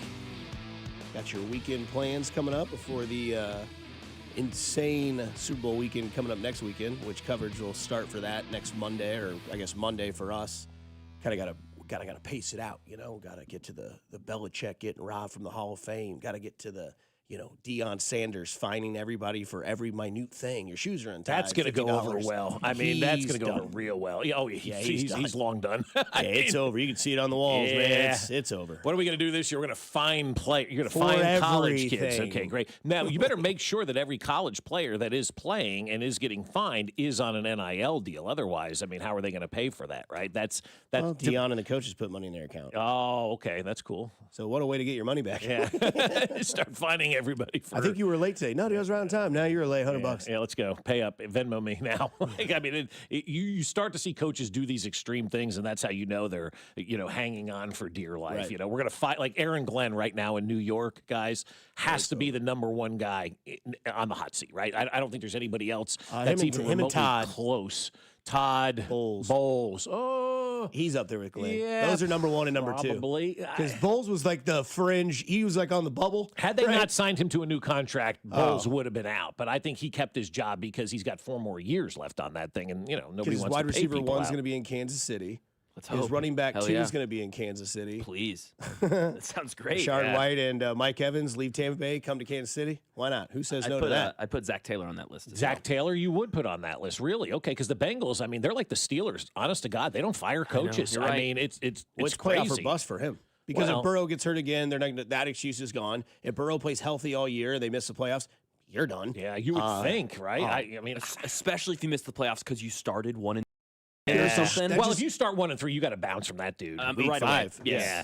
And that just shows you how cheap Cincinnati is because they don't want to pay the buyout. That's why he's there. That's exactly why he's there. Harbaugh gone, Tomlin gone, Stefanski gone. Guy that's still there, Zach Taylor. Yeah, all the good coaches, all the good coaches in that division are done and moved on and quit, retired, moved on, switched teams, whatever it was. Yeah. And then the one guy who's had the most talent and probably the most underachieving coach in that division. Yes. Is still employed. He's like, I'm still here? Yeah. Super Bowl champion, 2-time coach of the year, number 2 best hire according to most in the NFL was Stefanski to Atlanta. How about that yesterday, too, by the way, before we get into this KU BYU stuff? In your lifetime, have you seen a coach get hired, then a GM? Yeah. In right the here. NFL? Yeah, Andy Reid was hired, and then John Dorsey was hired after that. Yeah, right here in Kansas City. It is rare. Yeah. Yeah. So that's one. It just depends on how you want to set up your organization. And I mean, Harbaugh was hired, and they haven't hired a GM to replace Joe Schoen yet, but they haven't fired him, but he'll be fired. Because you think about it, normally the GM and head coach tend to be pretty close. Well, you'd like them to be, you know. I think that's kind of why Veach is here, because obviously Andy Reid had seen him kind of glow up in Philly, and then the things didn't go well with Dorsey, and then all of a sudden it's like, all right, this guy, he's ready, trust me. And then, well, 3 Super Bowls, 5 appearances later. But yeah, they had the opening press conference yesterday. Stefanski and Matt Ryan sitting next to each other, and they discussed about Michael Penix Jr.'s future, Kirk Cousins' future, and everything was as PR as you get. I like Michael Penix's ceiling. I think Kurt's a good guy. We'll see what happens with Kirk this offseason. But where we go, we'll wait till we get the GM here and we start talking. What that kind of lets me know is kind of the thing in Kansas City, which I don't think is a bad thing, that at the end of the day, Andy Reid is control, and we're going to have conversations. I think in Atlanta, Stefanski's going to be in control, and who they bring in at GM, they're just going to have friendly conversations. Yeah, they hired like some that. guy I'd never heard of before. Is there some assistant with somebody yesterday, got promoted there? Can I just say Stefanski just looks good as the Falcon coach, like in that black suit that he had on with that beard. The hair. Yeah, like I looked at him yesterday or the other, whenever I saw that picture, I'm like, he fits this mold pretty good. And some of the uniforms that they're leaking that the Falcons may be coming out with, the gray pants, red helmet, black jersey. I mean, they look so good with these jerseys that are coming out for the Atlanta Falcons and the uniform combos that have been floating around out there. But yeah, we'll see. I mean, Stefanski really looks good, but I think Zach Taylor's on the hot seat. And I also think probably, too, Dan Campbell. Okay. I was going with another Dan. Who? Dan Quinn. Yeah, Dan Quinn's probably on there. Yeah. But like if I'm ranking them, I think it's Aaron Glenn by far number one. I don't think there's another person out there with the blueprint that's out there. Yeah. I mean, 9 coaches you fired. And you fired 9 coaches. 9. Okay, so you're saying it's all on me now for the next season, and then you got Zach Taylor, Dan Campbell, Dan Quinn, and then probably Todd Bowles. Those are probably your top 5. And I'm sure Dayball will make a list just because he's always on one of those lists, even though he's not a coach anymore. I don't work in sales, but I have sales in my background. I'm going to try to sell you on this game on Saturday, Bob. I don't think I have to. No, I don't think you're you do. alumni. Yeah, it's a big one. Yeah. Saturday, 3:30, KU versus BYU. The texter, I need you to come out because I need to apologize to this texter. I thought yesterday KU would be 2-point to 2.5-point underdogs. The line is out. KU is 4.5-point favorites. The over-under I did nail on the nose. It is at 157.5. Did you say KU's a 4.5-point favorite? That is correct. KU has a 4.5-point line spread on their side. They love the building. They love the building. I think they love the coach. Yeah. Because I think the two superstars that are going to be involved in this game cancel each other out, at least in my opinion. You think this is the biggest game of Allen Fieldhouse's history? No, I don't. No, I do not know. Okay, so somebody put that in the No, rundown. I was asking. What are the biggest sorry games? Sorry to be an a-hole there. I apologize. I guess he didn't say that. I am so sorry. One of the biggest ones in the history, because it is game 1,000 in Allen Fieldhouse at Fog Allen. I think this is a massive game because of where the sport of college basketball is when it comes to where this freshman class is currently this year. DeBanza, Boozer, Peterson, Williams, all these 4 guys who are going to play in back-to-back weekends. So what do you want to see in this game? Do you want to see a classic down to the final possession buzzer beater type of play? Or do you want to see like what we've seen in the past where star matches up against star, lock up against each other? Because from the outside looking in, DeBanza and Peterson play the same position. They are the same player on the court. Who's better? That's your opinion to make after this game. I think Mac and I are on the same page that Peterson shows the most fluidness of what an NBA player could be, the way he gets to the rim, the way everything kind of looks like it's slow motion when he's in that groove. Haven't seen the full potential yet of Darren Peterson because of what the injuries have plagued him for, but it seems like when he's in, it's like must-watch TV because you're watching a guy play so much more at a higher level than anyone on the court. BYU, the NIL that's coming in, DeBanza, $7 million, the biggest recruit out of Boston or out of Massachusetts, playing at BYU. That kind of tells you everything that's there. I want to see these two guys lock up against each other and just go at it all day. Like, I'd like to see DeBanza have 30, Peterson have 30, and let's just have a show. The other part that you could sell on this is there's a possibility that a former alum, Andy Reid, could be at this game. And I know Andy Reid doesn't move the needle as a superstar in a game like this like Patrick Mahomes might or maybe a Travis Kelce might. But Andy Reid being there courtside watching BYU with Andy Reid and Bill Self, you talk about 2 of the most prestigious coaches in the metro area over the last decade. The 2 most prestigious coaches, right. Yeah. Like with their record in the same building with the magnitude of this game, ESPN Game Day is going to be there. I think right now, this is the game of the year. At least they've advertised it. We talk about baseball doing its job, promoting its players, promoting its games. Like if it's Ohtani and it's Judge playing against each other in a regular season game where Ohtani's pitching, promote. Let us see that matchup. Let us be burned in our head. Like somebody said, I'm just tired of Christian McCaffrey because it's just overdone and oversold. oversell this because you can't. It's impossible to oversell this game. These are two players that will go 1, 2, or 3 in the draft next year in the NBA and be very, very good players moving forward that have potential to be on Team USA and going after gold and continuing their dominance in that sport because everyone around you has gotten better. Luka, Jokic, Giannis, Wemby, not American athletes, all in the NBA, 4 of the top 5 players probably in the NBA. So I think this has potential to be that game where you're like, okay, week before the Super Bowl, no football. This kind of gets me ready for March Madness. And if it doesn't, then, well, maybe it's just not your sport. Well, it's definitely not my sport, but you can appreciate a big moment. And I want to walk away from this game going, damn, I was entertained, right? I don't know what I want to see, but I want to know that when I walk away from this game, it's one of those legendary moments that we've seen over the years in Allen Fieldhouse. And it does have the opportunity to be that. And there's so much going on. Like, everybody's coming back for this game. Paul Pierce is coming back for the first time in like a decade, coming off great podcast performances. And I don't know that anybody's having a better retirement life than what Paul Pierce is having right now. So he'll be back. It's game 1000 in Allen Fieldhouse, the College game day feel. It feels like one of those big games. It feels like, the border war game, that final game where Kansas beat Missouri on a clean block to end this thing, that it feels like that type of moment. This reminds me of the moment that I had as my first Allen Fieldhouse experience. And I'm sure a lot of people remember their first Allen Fieldhouse experience, but my first huge big time experience was the UCLA game in 1995, down 15 at halftime, come back, win by 15 or 20, whatever it was, and Jacques Vaughn was electric that day. I mean, that was one of those moments where you're like, damn, I will never forget being here and sitting here and watching this come back, and oh my God, that was the Allen Fieldhouse magic. And then it's continued from there. I mean, we got that triple overtime game against Oklahoma that everybody talks about back in 2016 that was just Buddy Hield shot after shot after shot after shot. I mean, it was one of the more crazy games. In completion, it was one of the greatest games, but going into it, I don't know if that game was sold as like, this could be electric. Yeah, well, I think it kind of sort of, but then the game happened, right? And you're like, oh my God, I can't get away, from this for sure, game. it was great. And the Kevin Durant game was a thriller in 2007, I think that was, and he played an amazing first half, and then the second half he didn't play because he was injured or whatever it was.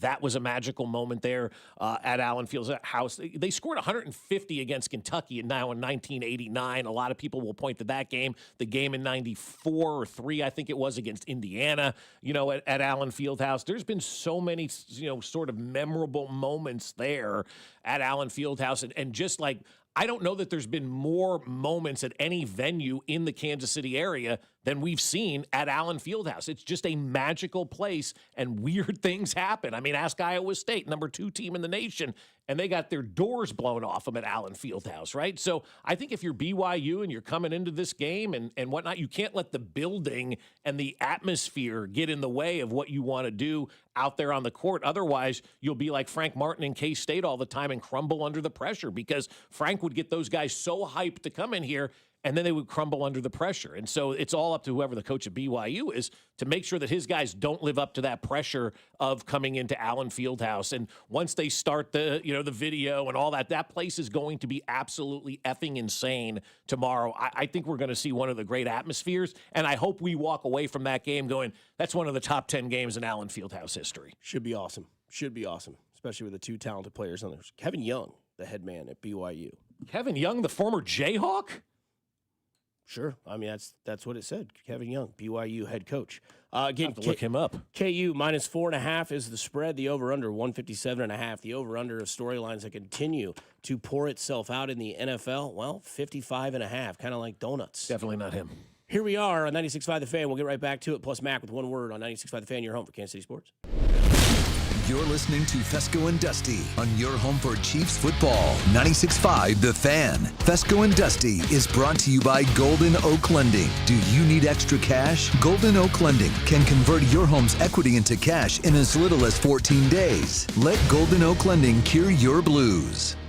Men, the new year is here, and if you're like many of us, you're ready to improve your health. But if you're feeling low energy, not sleeping well, or not seeing results in the gym, keeping that resolution can be tough. This is Jeff for Heartland Men's Health, and if those symptoms sound familiar, we can likely help. They often point to low testosterone, and treating low T is what we do. But this year, we're also helping men go further with 4 targeted body composition plans featuring growth hormone peptides, NAD+, GLP-1s, PDA, and more, designed to boost energy, support metabolism, enhance recovery, and accelerate fat loss. With our low T treatments combined with our body composition programs, most men notice real improvements, more energy, better focus, improved sleep, stronger workouts, and often a renewed sex drive as well. So call us. Your initial visit is just $99 and includes blood work and a medical consult. And if you start on treatment the same day, your visit is free. Call 844-447-6600 or visit heartlandmenshealth.com. Featured therapies are compounded and have not been evaluated nor approved by the FDA. Provider prescription required. See website for details. The new era of UFC on Paramount Plus continues. Live from Australia. Featherweight champ Alexander Volkanovski. He is an animal. Defends his belt at home in an explosive rematch against Diego Lopez.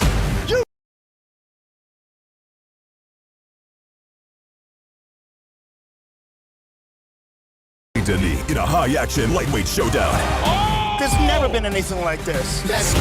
UFC 325, Saturday, January 31st, only on Paramount Plus. At Uline, they know firsthand the road to success is an uphill climb. Uline started in the family basement, and through hard work is now North America's most trusted shipping and industrial supplier. They get what it means to have the support of reliable, hardworking partners. So they keep 41,000 items ready to ship.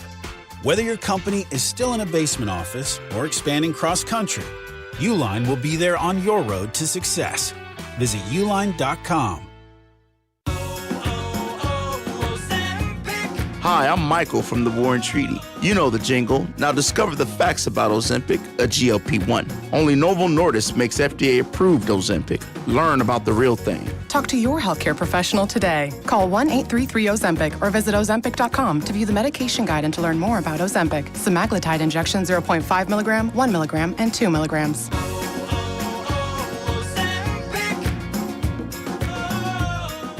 Don't let winter catch you off guard. Keep your family cozy with a $69 heating system tune-up from Hamilton Plumbing, Heating, AC, and Rooter. We have pros available 7 days a week to keep your system running at peak efficiency, helping prevent costly breakdowns, lower energy bills, and keep your home warm all winter long. Over 40 years experience and more than 8,000 five-star reviews are great reasons to trust Hamilton. Visit callhamilton.com/radio for details, terms, and conditions.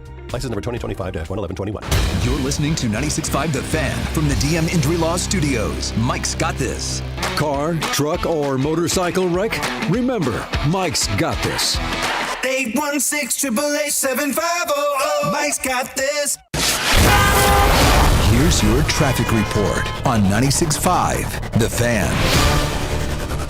On the Missouri side, 35 southbound from Missouri 152 into downtown is a 12-minute trip. I-70 westbound from 470 into downtown, 15 minutes. Kansas side 70 eastbound from 435 to 670 is an 11-minute drive. Alan Carr, 96.5 The Fan, traffic.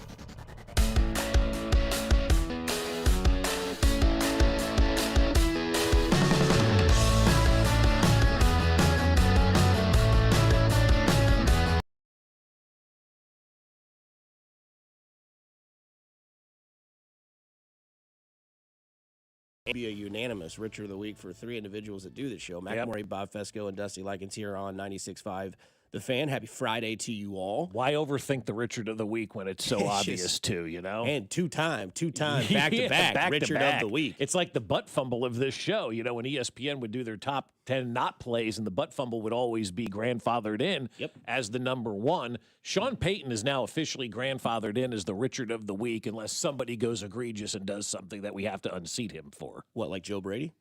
Could be Joe Brady. He bragged about missing the birth of his child.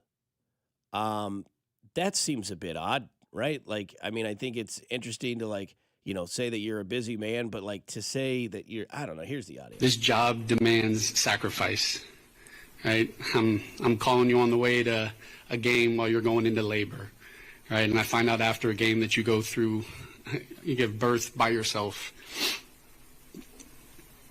This game takes away time and energy and presence from you. And you've carried the weight that comes with this job so that I can pursue my calling. Your strength, your belief, and your steadiness is the foundation that allows me to do what I do. And you believed in me long before this moment ever arrived. I am nothing without you, and I will not get anywhere ever in life without you. I didn't cry, so that's not going to go well.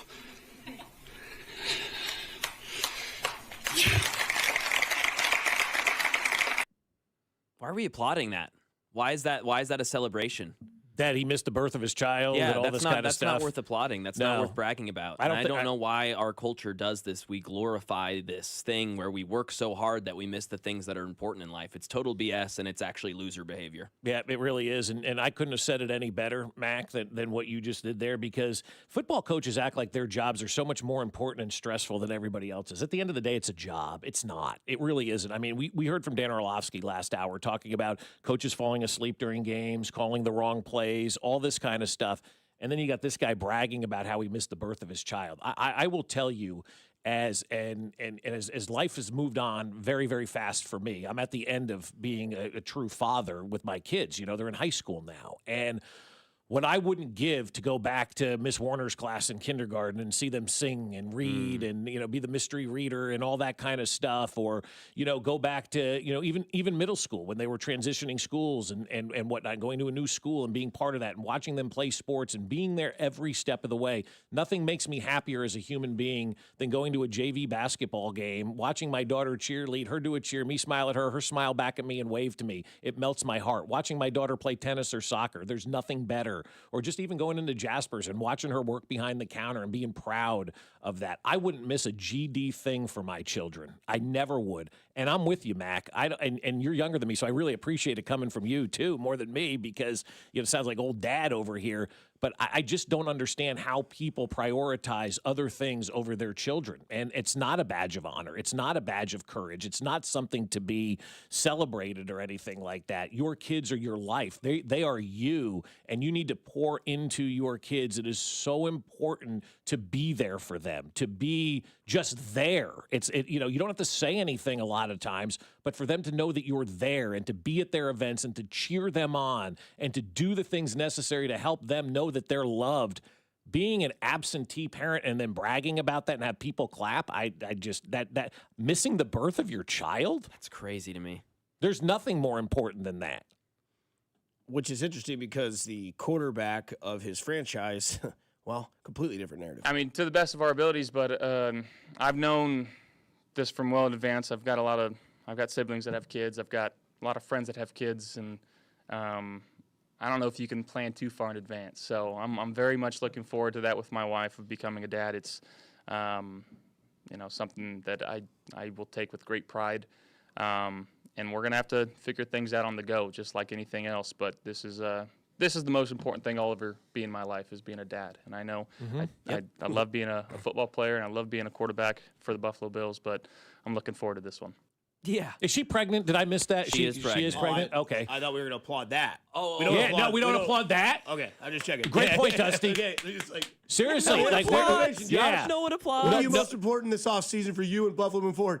F that. I got a kid. coming in. I mean, that's great stuff right there. I got to get his mom not to be a Denver fan. Yeah. That's number 2. Right. Because the question was like, how are you going to, balance God, your great point rehab? by Dusty. Yeah, oh my it is God, no so applause. good. No applause. Crazy. None. How are you going to balance your injury rehab with your kid? And he's like, kid comes first. Yeah.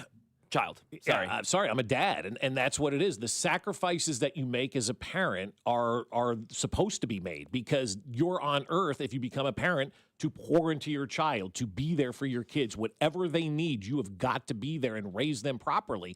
Because if we don't raise our children properly, they become derelicts on the streets. You know, you've got to raise your children properly and be in their lives and let them know that they are loved and whatnot. Because the stuff that you're doing as a parent today has a direct impact on how your child and your loin is going to be, in 50 years from now. You're setting the landscape of mental health and what life is supposed to be about and what love is supposed to be about and what families are supposed to be about. You're setting all of this stuff up right now for your children, and they're developing their brains and their mental habits and their thoughts and all of this kind of stuff.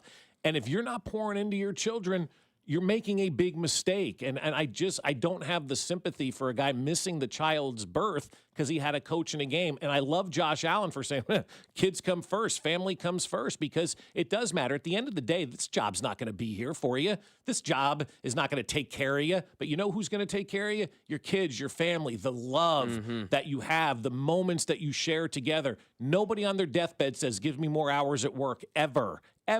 They say, I want more time with my family. I want to be a dad again. I want to do it all over again. I was just telling my friend Jackson Brett, who had a baby, enjoy every moment, because 16 years has gone by in the blink of an eye. Both my kids are driving. Both my kids are working. Both my kids are in high school. I miss them being little kids. I wish I could go back and have them as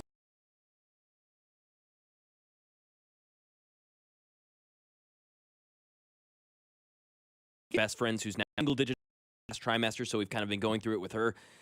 I mean, Bob, I know you know intimately how hard that process is, both during and then when it happens. I just, as a man, as a husband, like, wouldn't you should need to be there. Like, I'd have to be there. Of course. I need to be there to support my person. Right. For a football, come now, on, man. Unless you're on a business trip, an emergency Of lane, course. there's extenuating circumstances. Right. Coaching a football game is not one of them. It's just not. He's acting like he's fighting for our country or something. Yeah. And then everybody applauding, and then Dusty's like, Josh Allen, where's the applause? It's like the people who are ripping, Lynn Jones down in Jacksonville, Yes. and then applauding Sean Payton for being a rude ass to that reporter out in Denver. Right? Yeah, somebody on the text line I don't think listens clearly. I mean, I know I have that problem.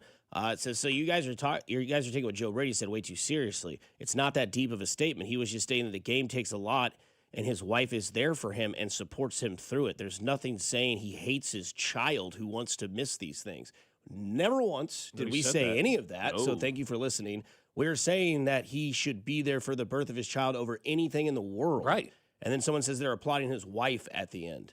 Well, we don't know that. You don't know that. Yeah, right. He didn't applaud Josh Allen, who made one of the great statements as a father that you could ever make. Like what Josh Allen said there should be given to everybody on how to be a dad, right? Because at the end of the day, that's what matters. That's where you need to be. And that's who's going to be there in 10 years. The Buffalo Bills aren't going to be there in 10 years. Hell, they may not even be there in 2 years for this Joe Brady guy, let alone in 10 years. And they respond with, you're sitting here bashing a guy on being a dad. We're not bashing the guy. We're saying it's not right. We're bashing the theory that you don't have to miss there's nothing important than your child's birth. Let me be real clear for you. I don't know Joe Brady. I don't care to know Joe Brady. It could be Brady Joe. It could be Mac Morey. It could be Bob Fesco. Go to the birth of your child. I don't care what job you do. Right. Trash man, mailman, whatever man. You go see the birth of your child.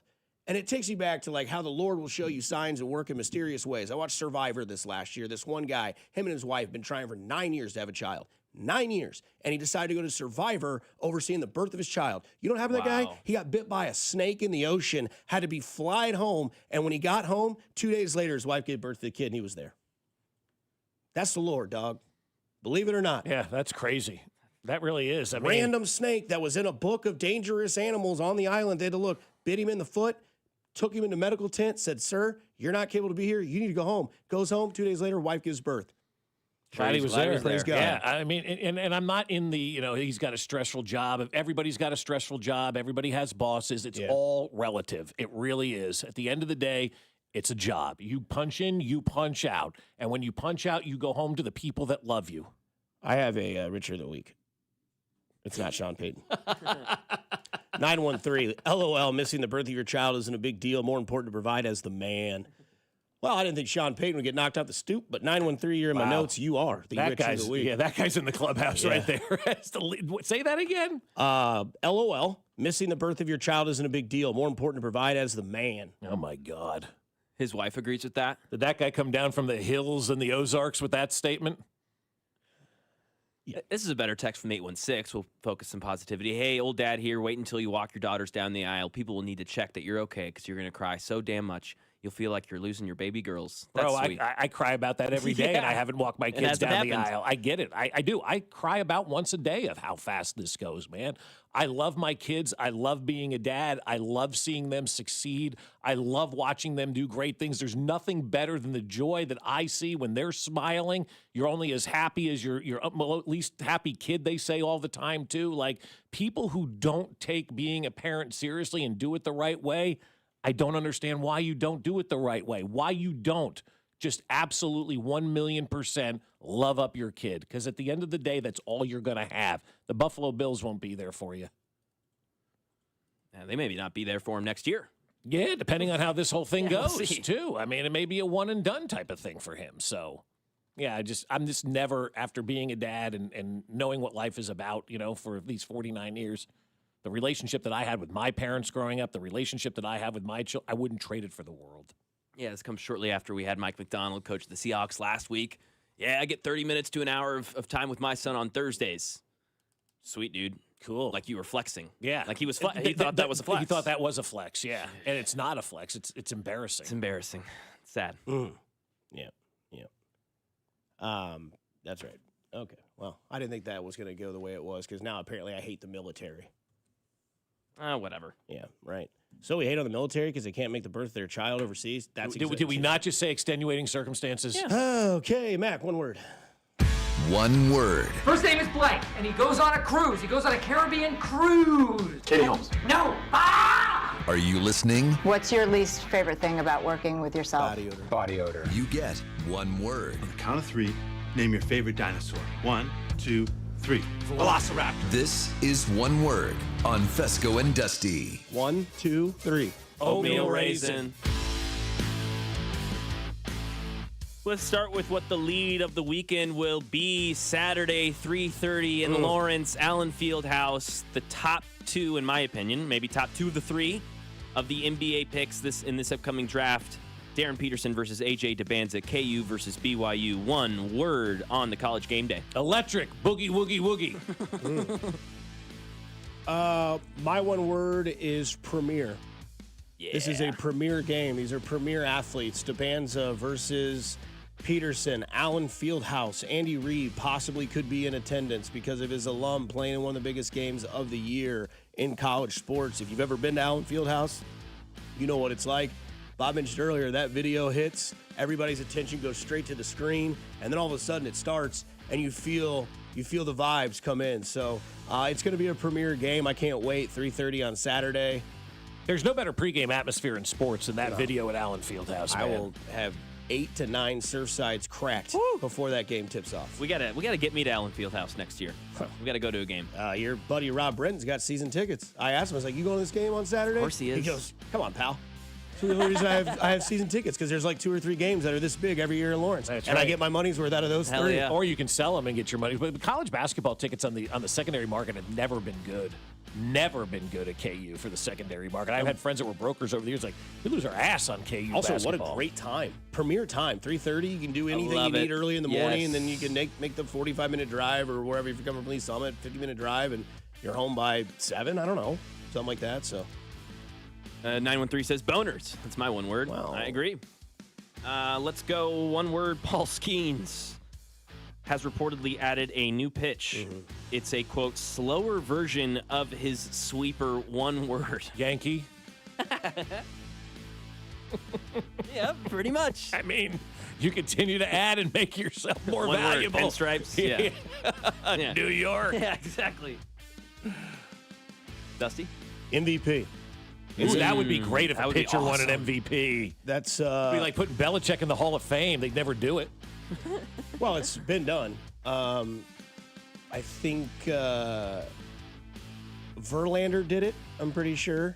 I think he won MVP and Cy Young pretty recently. I don't know if Ohtani did it, but I think he just won MVP. I don't think he won Cy Young. But I know Verlander did it. I know Clayton Kershaw's done it. Outside of that, I'm losing track. Ohtani did it in 2025. And he was a pitcher. Like, does that count? I don't think so. Okay, Did he win Cy Young? No, because he didn't win Cy. Last year it was in the NL. Gosh, it was Skeens last year in the NL.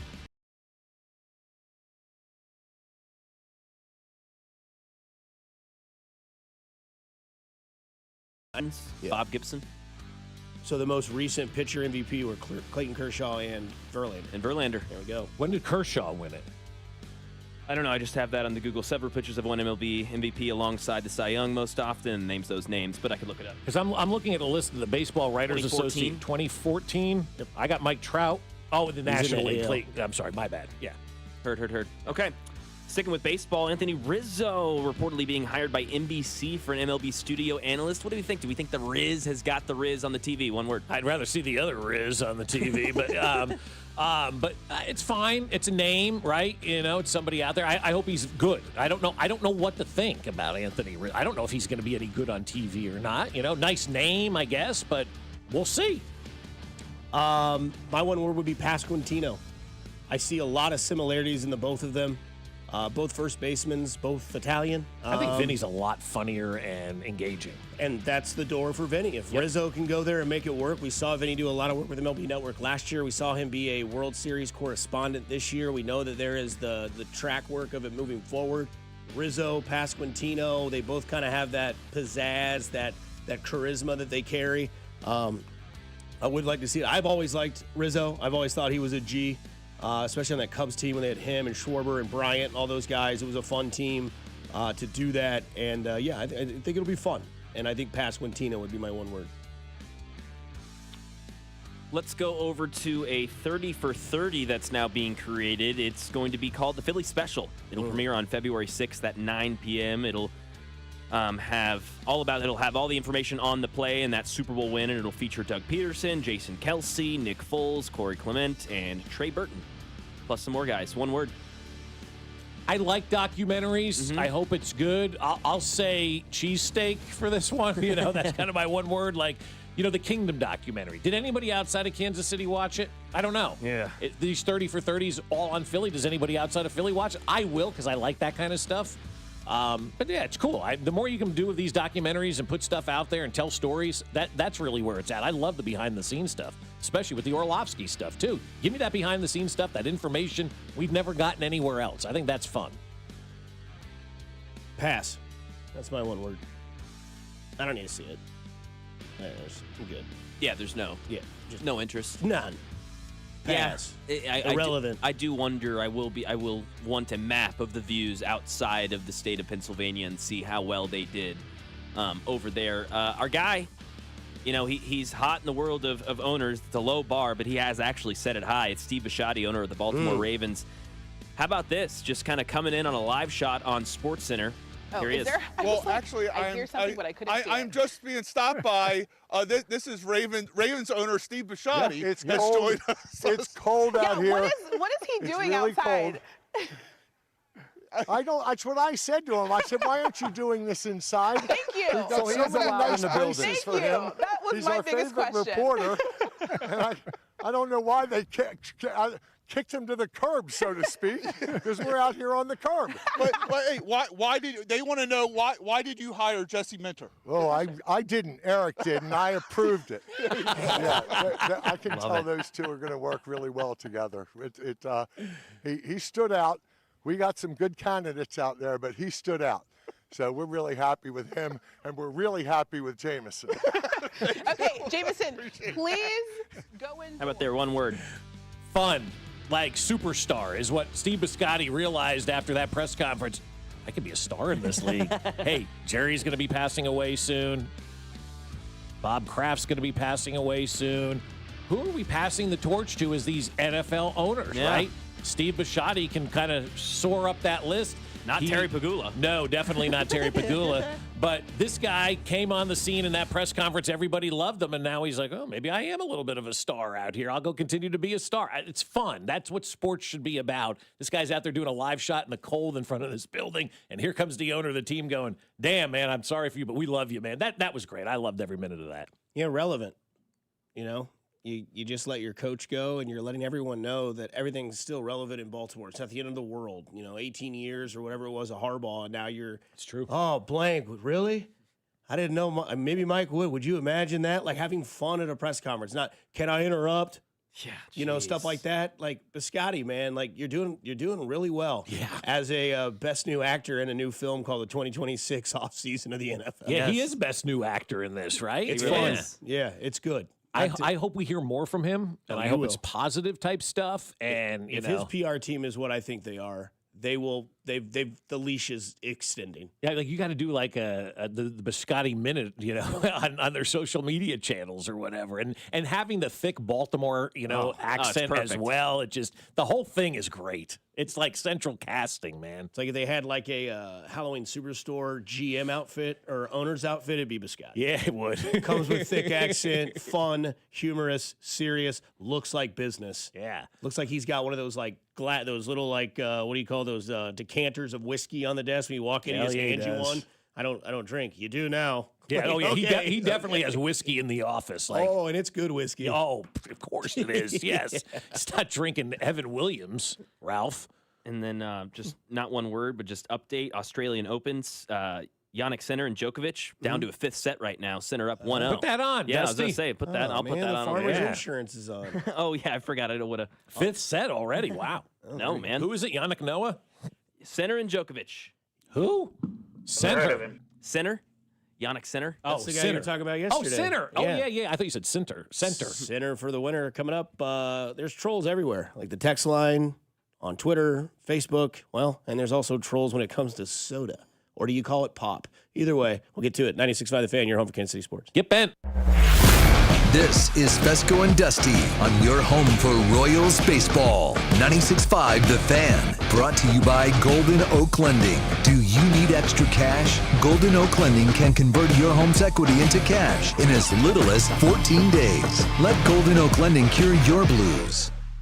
Well, I'll tell you what, the Valentine's Day holiday is coming up fast, and so is the big game. And for both of those, you're going to need to be at Smokehouse Barbecue. With the big game coming, Smokehouse Barbecue has their Super Bowl party pack. And for just $99.95, you'll get the ultimate lineup. 2 pounds of their signature wings, 2 pounds of legendary chopped burnt ends, a quart of hickory pit beans, a quart of creamy mac and cheese, and a full loaf of bread. It's everything you need for your big game spread. You can also get ready for Valentine's Day at Smokehouse Barbecue because they've got a great dinner for two, the Smoke and Love Affair at Smokehouse Barbecue. For Valentine's Day, $59.95, you're going to share a massive spread featuring pork spare ribs and baby back ribs, savory burnt ends, your choice of an appetizer and 2 sides, and a decadent slice of cheesecake to split for dessert. Smokehouse Barbecue for the next couple of weeks has got you covered with everything. So you can check them out in Zona Rosa, Independence, or Gladstone, or do all of your ordering at smokehousebbq.com.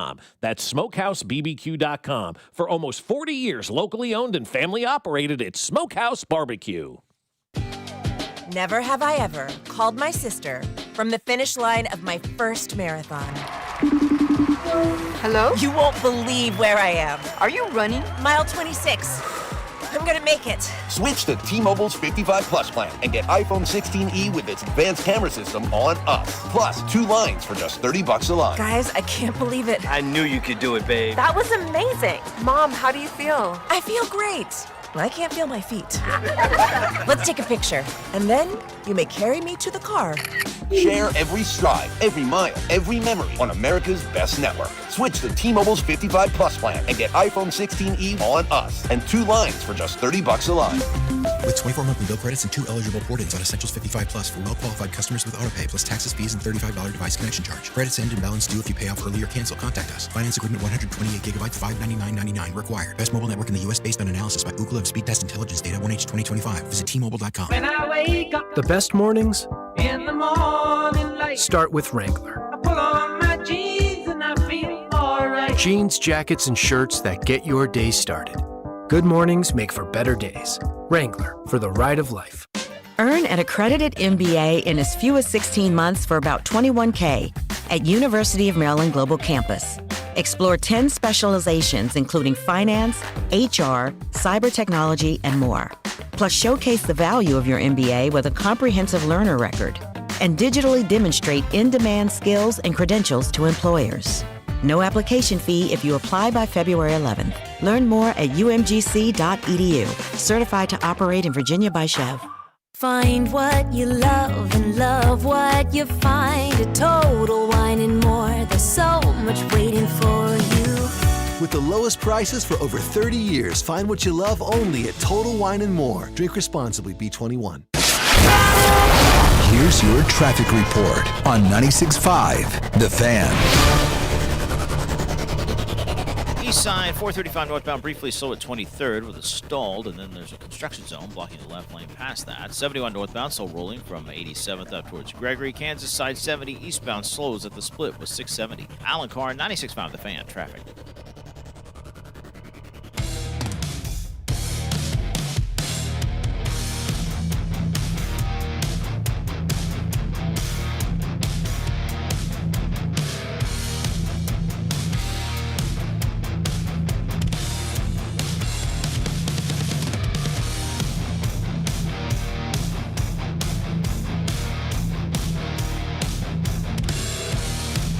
All right, back at it on a Friday here on 96.5 The Fan.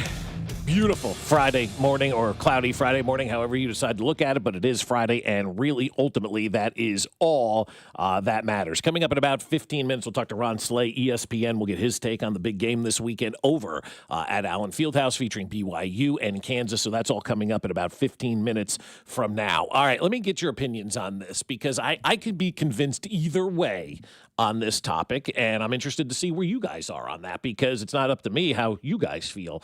What do you feel about the Super Bowl commercials all being released right now, ahead of time, before the actual Super Bowl? I mean, it feels different now, obviously, that we're not into it, so we're paying more attention to maybe more of the ancillary things than, the game itself and all that kind of stuff that's going on. With the Super Bowl where we were in it, we were focusing on the game and quite honestly missed all the commercials and all that kind of stuff when you're at the game and doing that kind of thing. So this is the first year in a while where the game is so secondary to me than everything else that's going to be going on. Do you like the fact that they're releasing these Super Bowl commercials early for everybody? Yes, in the moment, because they're good, and I like watching new things and new content, and we're constantly craving. We have memory of goldfish, right? So we just need. But Super Bowl day, I'm not going to like it, right? When the game starts, I'm like, I saw this one. Right. And everyone's going to be seeing it for the first time. Like, yeah, I already saw it. But you know what I mean? Everybody else is seeing them for the first time, too. And I don't know if it's a benefit for the companies to put them out early. I'm sure it is, because we're talking about it, just like we're going to be here in a second with Pepsi and the Coldplay commercial that they've done, which is good stuff. I mean, but like those used to be the big surprises that you that got been a hit at the Super Bowl, right? If it was brand new and nobody had seen it before, everybody would be like, oh my God, look at this commercial. It's fantastic and all.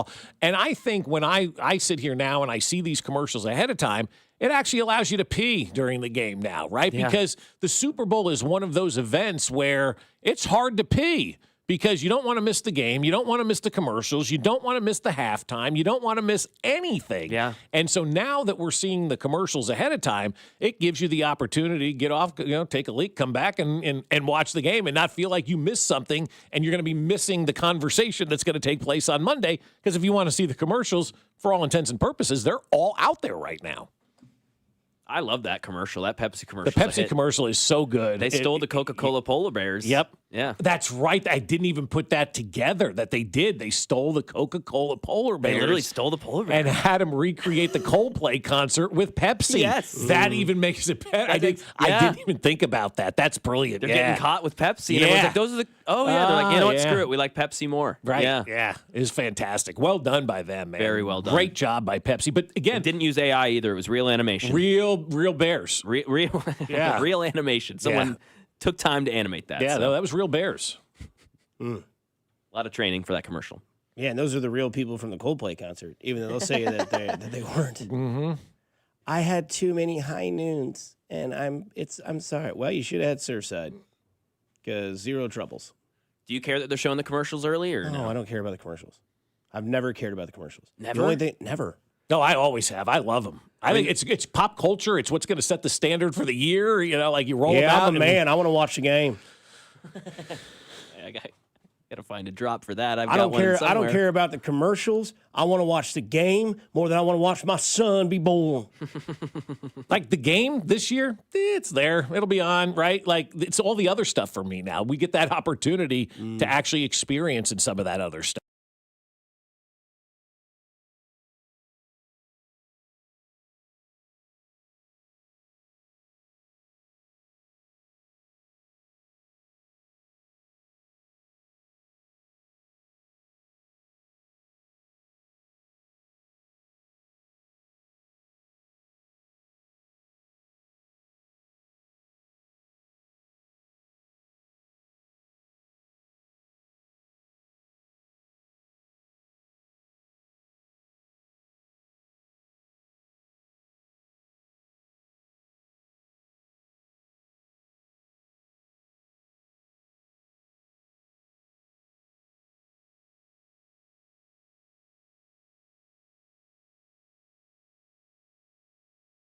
And maybe that's why I'd root for them. The Seattle story's neat and all, but I'm telling you what, guys, it's going to be very interesting to see how the hype train starts, because we have seen no hype this week for the Super Bowl whatsoever. Like nothing, not one iota of game talk or anything like that. It's been a very, very quiet week, and the fact of the matter is there are no superstars in this game that the average person knows about and wants to see and will be brought to the table for. They've got a halftime show that people are going to be boycotting, and so this is going to be a real interesting case study to see if the NFL can really hold up in a year where there's no superstars, where there's people upset about a halftime show. There's a lot of noise going on outside about the ammunitions plant out there in San Francisco that's making everybody hurt and whatnot. So, this is going to be a real interesting Super Bowl to see how America receives this Super Bowl without a big-time superstar and really a marquee team right now in the Super Bowl. It's New England, but it's not our dad's New England Patriots. It's not what we had, with Belichick and Brady.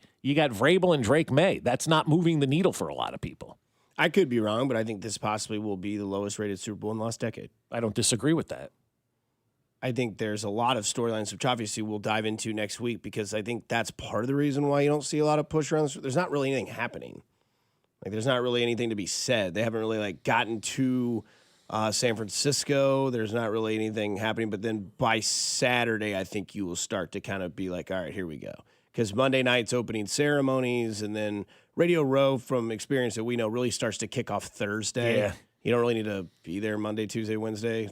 Wednesday afternoon, it's kind of starting to see it starts develop. to happen. And then Thursday, it's like everyone's there. Yes, Kay Adams is behind you. McAfee's over here. That guy that does stuff for New England, he's going to be unbearable at Radio Row this year. Which one from New England? 'Cause they're all Zolak. He's going to be. Could you imagine us being there this year? And Zolak was right behind us every day with shades Zolak on. with the sunglasses. And New England wasn't even there yet, dude. Yeah. He walked around like he owned that MF. Oh, yes. And now Portnoy's back in the Super Bowl. His license has been back to he can get in. Coincidence? I don't know. Yeah. But so I mean, the storylines will evolve by Saturday, Sunday, then Monday. It's going to really start going after it. It just feels like there's just been even when you're watching the Screamers on ESPN and FS1, it's not about that, because this Belichick thing became so big. Obviously, there were 10 vacancies of head coaches. Yeah, a lot of head coaches. There's still vacancies of head coaches right now, and for all of us, quite frankly, who's going to take the Raider and Arizona job is kind of a more compelling topic than who's going to 3-4 or 4-3 defense, and how they can get open over the top or something like that. We like the drama. We like the gossip. We like to know who these coaches are going to be. Can these teams hire coaches too? Do we kick off the Super Bowl before Arizona and the Raiders hire their coach? What are the chances that one of these two vacancies, Arizona and the Raiders, involves one of the coaches on one of these two teams playing in the Super Bowl? Well, everybody's talking about Fred Kubiak. Kubiak, yeah, that guy being the coach of the Raiders or something of that nature. So there is that possibility.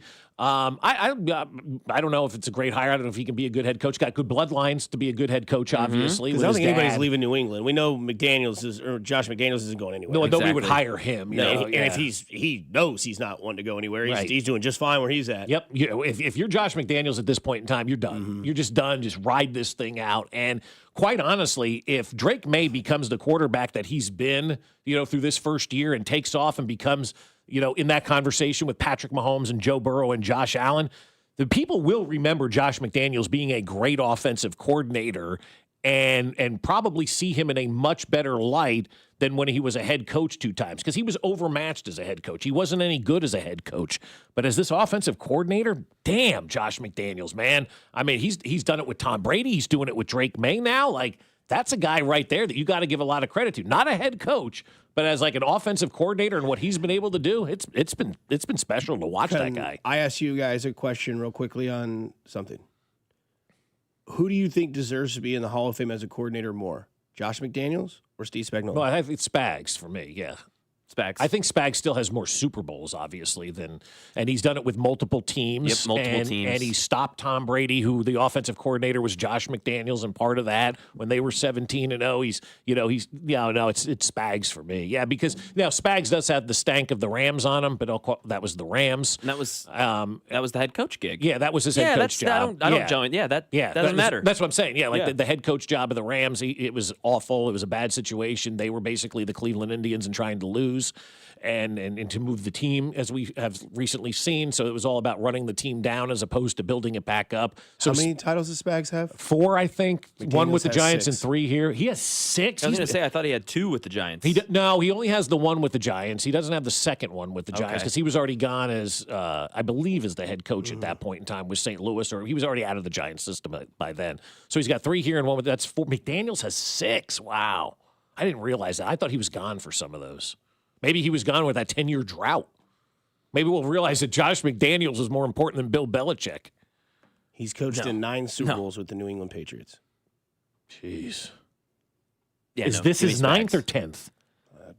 I would assume it's his 10th. But yeah, he has 6 Super Bowl titles as coordinator of the New England Patriots. I can't believe that. Got some spec on his name, right? Got those 9 rings. Hey, guess what? Your guy, my guy, Bob's guy, everyone's guy, Ron Slay of ESPN joins us next to talk all things college basketball, especially the big one this weekend in Lawrence with BYU and KU on the docket. We'll get to Ron Slay on the other side here on 96.5 The Fan, your home for Kansas City Sports.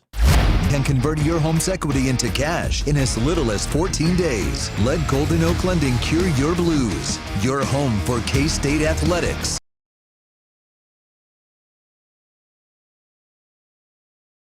Continues live from Australia. Featherweight champ Alexander Volkanovski. He is an animal. Defends his belt at home in an explosive rematch against Diego Lopez. You gotta be kidding me. And the always dangerous Dan Hooker. Yes.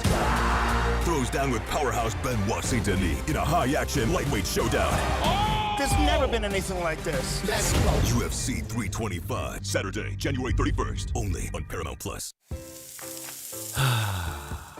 That's the sound of James adding long-lasting Gain scent boosters to his laundry this morning. Several hours later, James sniffs the irresistible scent of Gain on his shirt. Gain. Several hours later, James has even caught the attention of his mother-in-law, and she never gives him attention. Ooh, you smell amazing, James. Oh, thanks, Mom. I love you too. I never said that. Add Gain scent boosters to your laundry. Add joy to your day. Did you know that you can watch all your favorite shows right on YouTube? We're live streaming Fesco and Dusty, Cody and Gold, The Drive, and After Hours all day long. So if you want to look at the beautiful Alex Gold, interact with Cody Tapp in the chat, or gaze at the ruggedly handsome Dusty Likens, just go to YouTube and watch them while you pretend to work. Go to our channel, hit subscribe, and stay up to date with 96.5 The Fan, your home for Kansas City sports. Hey, it's Josh Vern. You're in before I head out to Arizona to see the boys in blue in spring training. I'll be hosting the Royals Rally Show live from Kauffman Stadium on Saturday, January 31st, starting at 9 a.m. The biggest names in the organization will join me for exclusive one-on-one interviews as they get ready for the 2026 season. If you miss any of the show, it'll all be available afterwards on the All Things Vern podcast channel. The Royals Rally Show, Saturday, January 31st, starting at 9, right here on your home for Royals baseball, 96.5 The Fan. Hey, it's Alex Gold, and coming up on Tuesday, February 10th, everyone from the station will be hosting the Chiefs Off-Season Show, starting at 9 a.m. Bob, Dusty, Cody, C-Dot, and myself will all be in studio and on camera for 2 hours talking about what went wrong in 2025, the Chiefs' biggest needs in free agency, and who should they be targeting in the upcoming NFL Draft. The Chiefs Off-Season Show, starting at 9 a.m. on Tuesday, February 10th, right here on your home for Chiefs football, 96.5 The Fan. Here's your traffic report on 96.5 The Fan. Blue Springs 70 westbound before Adams Dairy. You hit delays. Crawls over towards 7 Highway with a stall blocking the right lane. East side 435 northbound. Heavy around 23rd Street. Southbound slow around Truman. Construction blocks the left lane both ways. Alan Carr 96.5. And your home for Royals baseball, 96.5 The Fan. KFNC FM and AM, HD1 and HD2 Kansas City, an Odyssey sports station.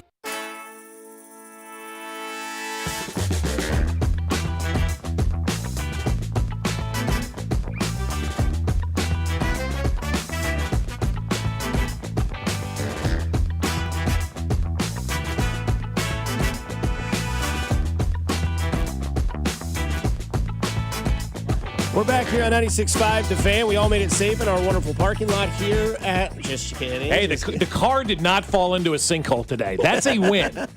Thanks, Roxanne. We appreciate the donuts. shout out to the Donuts. What was our boy? Forgot his name already. I apologize. The Donuts that got dropped off. It's on the text line somewhere. Don't forget, coming up on February 10th, the Chiefs off-season schedule show will be Bob, myself, Carrington, Cody, Gold, talking all things Chiefs from 9 to 11. So an extended hour for us, and then everybody in studio talking about everything and all things Chiefs, because there is a lot to talk about. Plus, hey, don't forget this Saturday, tomorrow, Royals rally at Kauffman Stadium. Josh Vern, you're broadcasting live from 9 to noon. I'll be there. Pop on with Vern, talk to some players, do some stuff for the Instagram page, and get some engagement on there as well. And then obviously tomorrow at 3:30, you got the big one in Allen Fieldhouse. It is KU. It is BYU. The stage is set. KU is a 4.5-point favorite, so I was wrong. That's the surprising 4.5-point favorite. That's a big line, I think. Yeah, Max said he put it into the Gemini yesterday, and he was like, they were on your side. They had BYU at 2.5, and they had the over/under at 157.5. It is KU minus 4.5, plus the over/under is 157.5. So I texted Alex that because we had him on yesterday for the Golden Lock segment, and I told him, I was like, hey, man, it's 4.5 Kansas. He goes, wow. He goes, something about that building. Something about them. No, but that's exactly what I was going to say. It's the building, and you said, and the coach. I mean, obviously, Bill Self matters in all of this. And when games are like this and the magnitude is this big, we always see a Kansas team that is ready to go, ready to dominate, and they play some of their best basketball. The last time that they had a game like this of this type of magnitude was the Iowa State game, and we saw how that went for Kansas. They came out, took the lead early, never gave it up, and obliterated Iowa State. And so I hope it's a game like that. I'd love it to be a game like that. I'd also love it to be one of those games where we're down to the last seconds, like who's going to take the last shot type of game, too.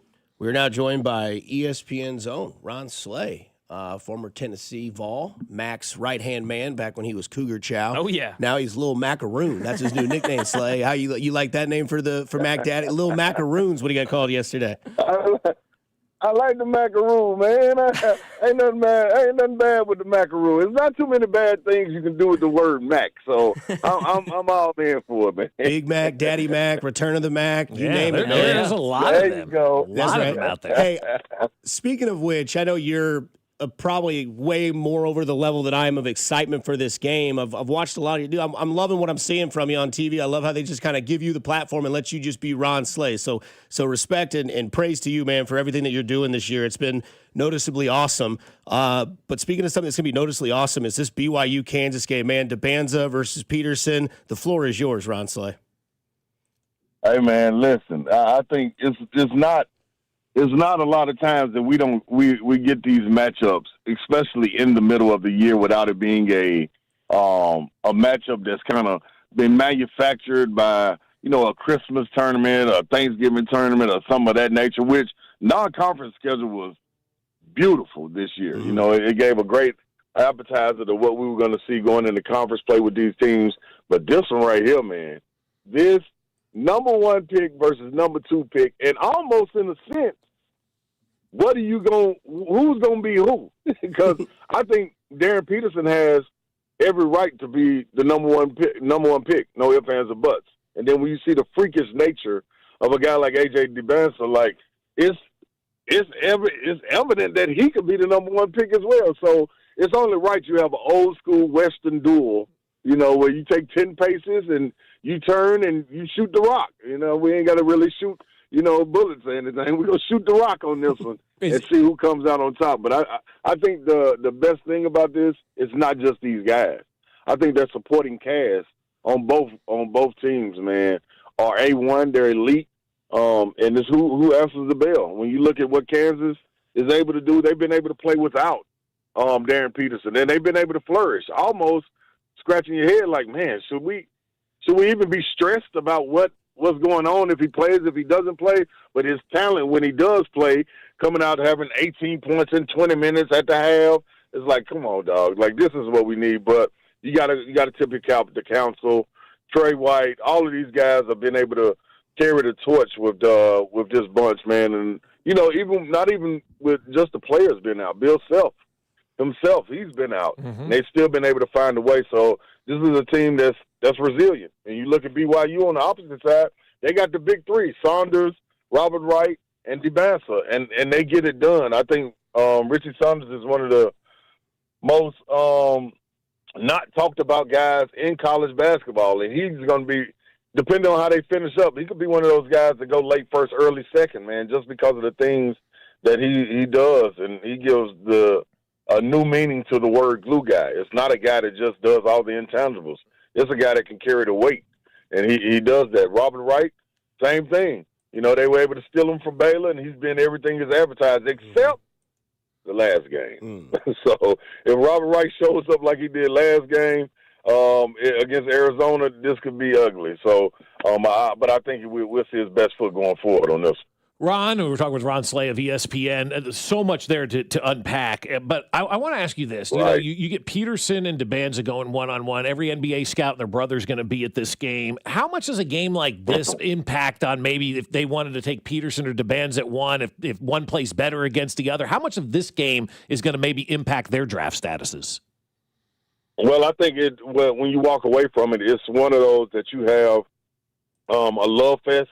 You kind of fall in love with guys. This may be a time where you come in, you're on even keel saying, all right, I'm open to see which one is better. But it'll be moments in the game that can tilt that, whether it come down to the end. I heard you guys talking about if it's a buzzer beater. You know, it's things like that, like the competitive spirit in it. I think that's going to be one of the things that kind of tilt scouts as far as favoritism towards the other. And that's all you need is that one of those top teams to love you. And this is the game that teams like this fall in love with. Because you got to think, going into the combine, they're not going to play. You know what I'm saying? Like, they're going to work out for sure. They're going to both test phenomenal. But in the spirit of competition, this is one thing that can't be measured, the CG, competitive greatness. Yeah. Does it come out in situations like this?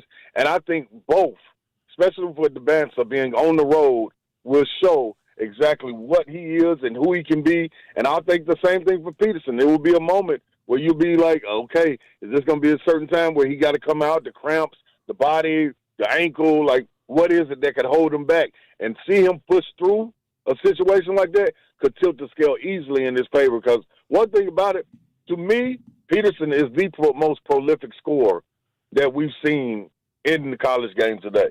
DeBansa is the guy that can do everything, and he's got that freakish Kevin Garnett-like swagger, if you will, that makes you want to go buy the ticket and say, man, let me show up just to see what this pterodactyl going to do. Yeah, so let me ask you this. So you mentioned Darren Peterson, and you said something to the effect of, do we even need him with the great supporting cast, right? We heard all the talk with the Knicks and with Brunson being out of the lineup, and maybe it was easier to play with him out of the lineup than in. Where do you fall on that? I think that's fine, and I think teams do come together, and you see more out of teams when that happens. The problem is when you get to big games, you need that big game talent to be able to carry you over the hump. Like, it's okay to always have, like, we've got two great teams about to play. All right, cool. What separates the two great teams? It's a great player. So to have a guy like Darren Peterson, who is a great player, to be able to step up and play, you got to have it. Same thing like we were saying with the Knicks. Brunson, it's cool to get you there until you get to a Game 7, and you need that guy that likes to shoulder the weight and loves when the lights get bright, and he can step up and make those plays for you that the other guys are not accustomed to doing because he's tagged with the superstar title, and they live up to it. Darren Peterson, he's tagged with the superstar title, and throughout this season, in the game, out the game, we've seen his impact, and the young man can go off at any point. And I mean a plethora of shots from three, getting to the basket. It's so smooth. And he has a small bit of playmaking involved with him too. So it's you gotta have that superstar, man. They're superstars for a reason.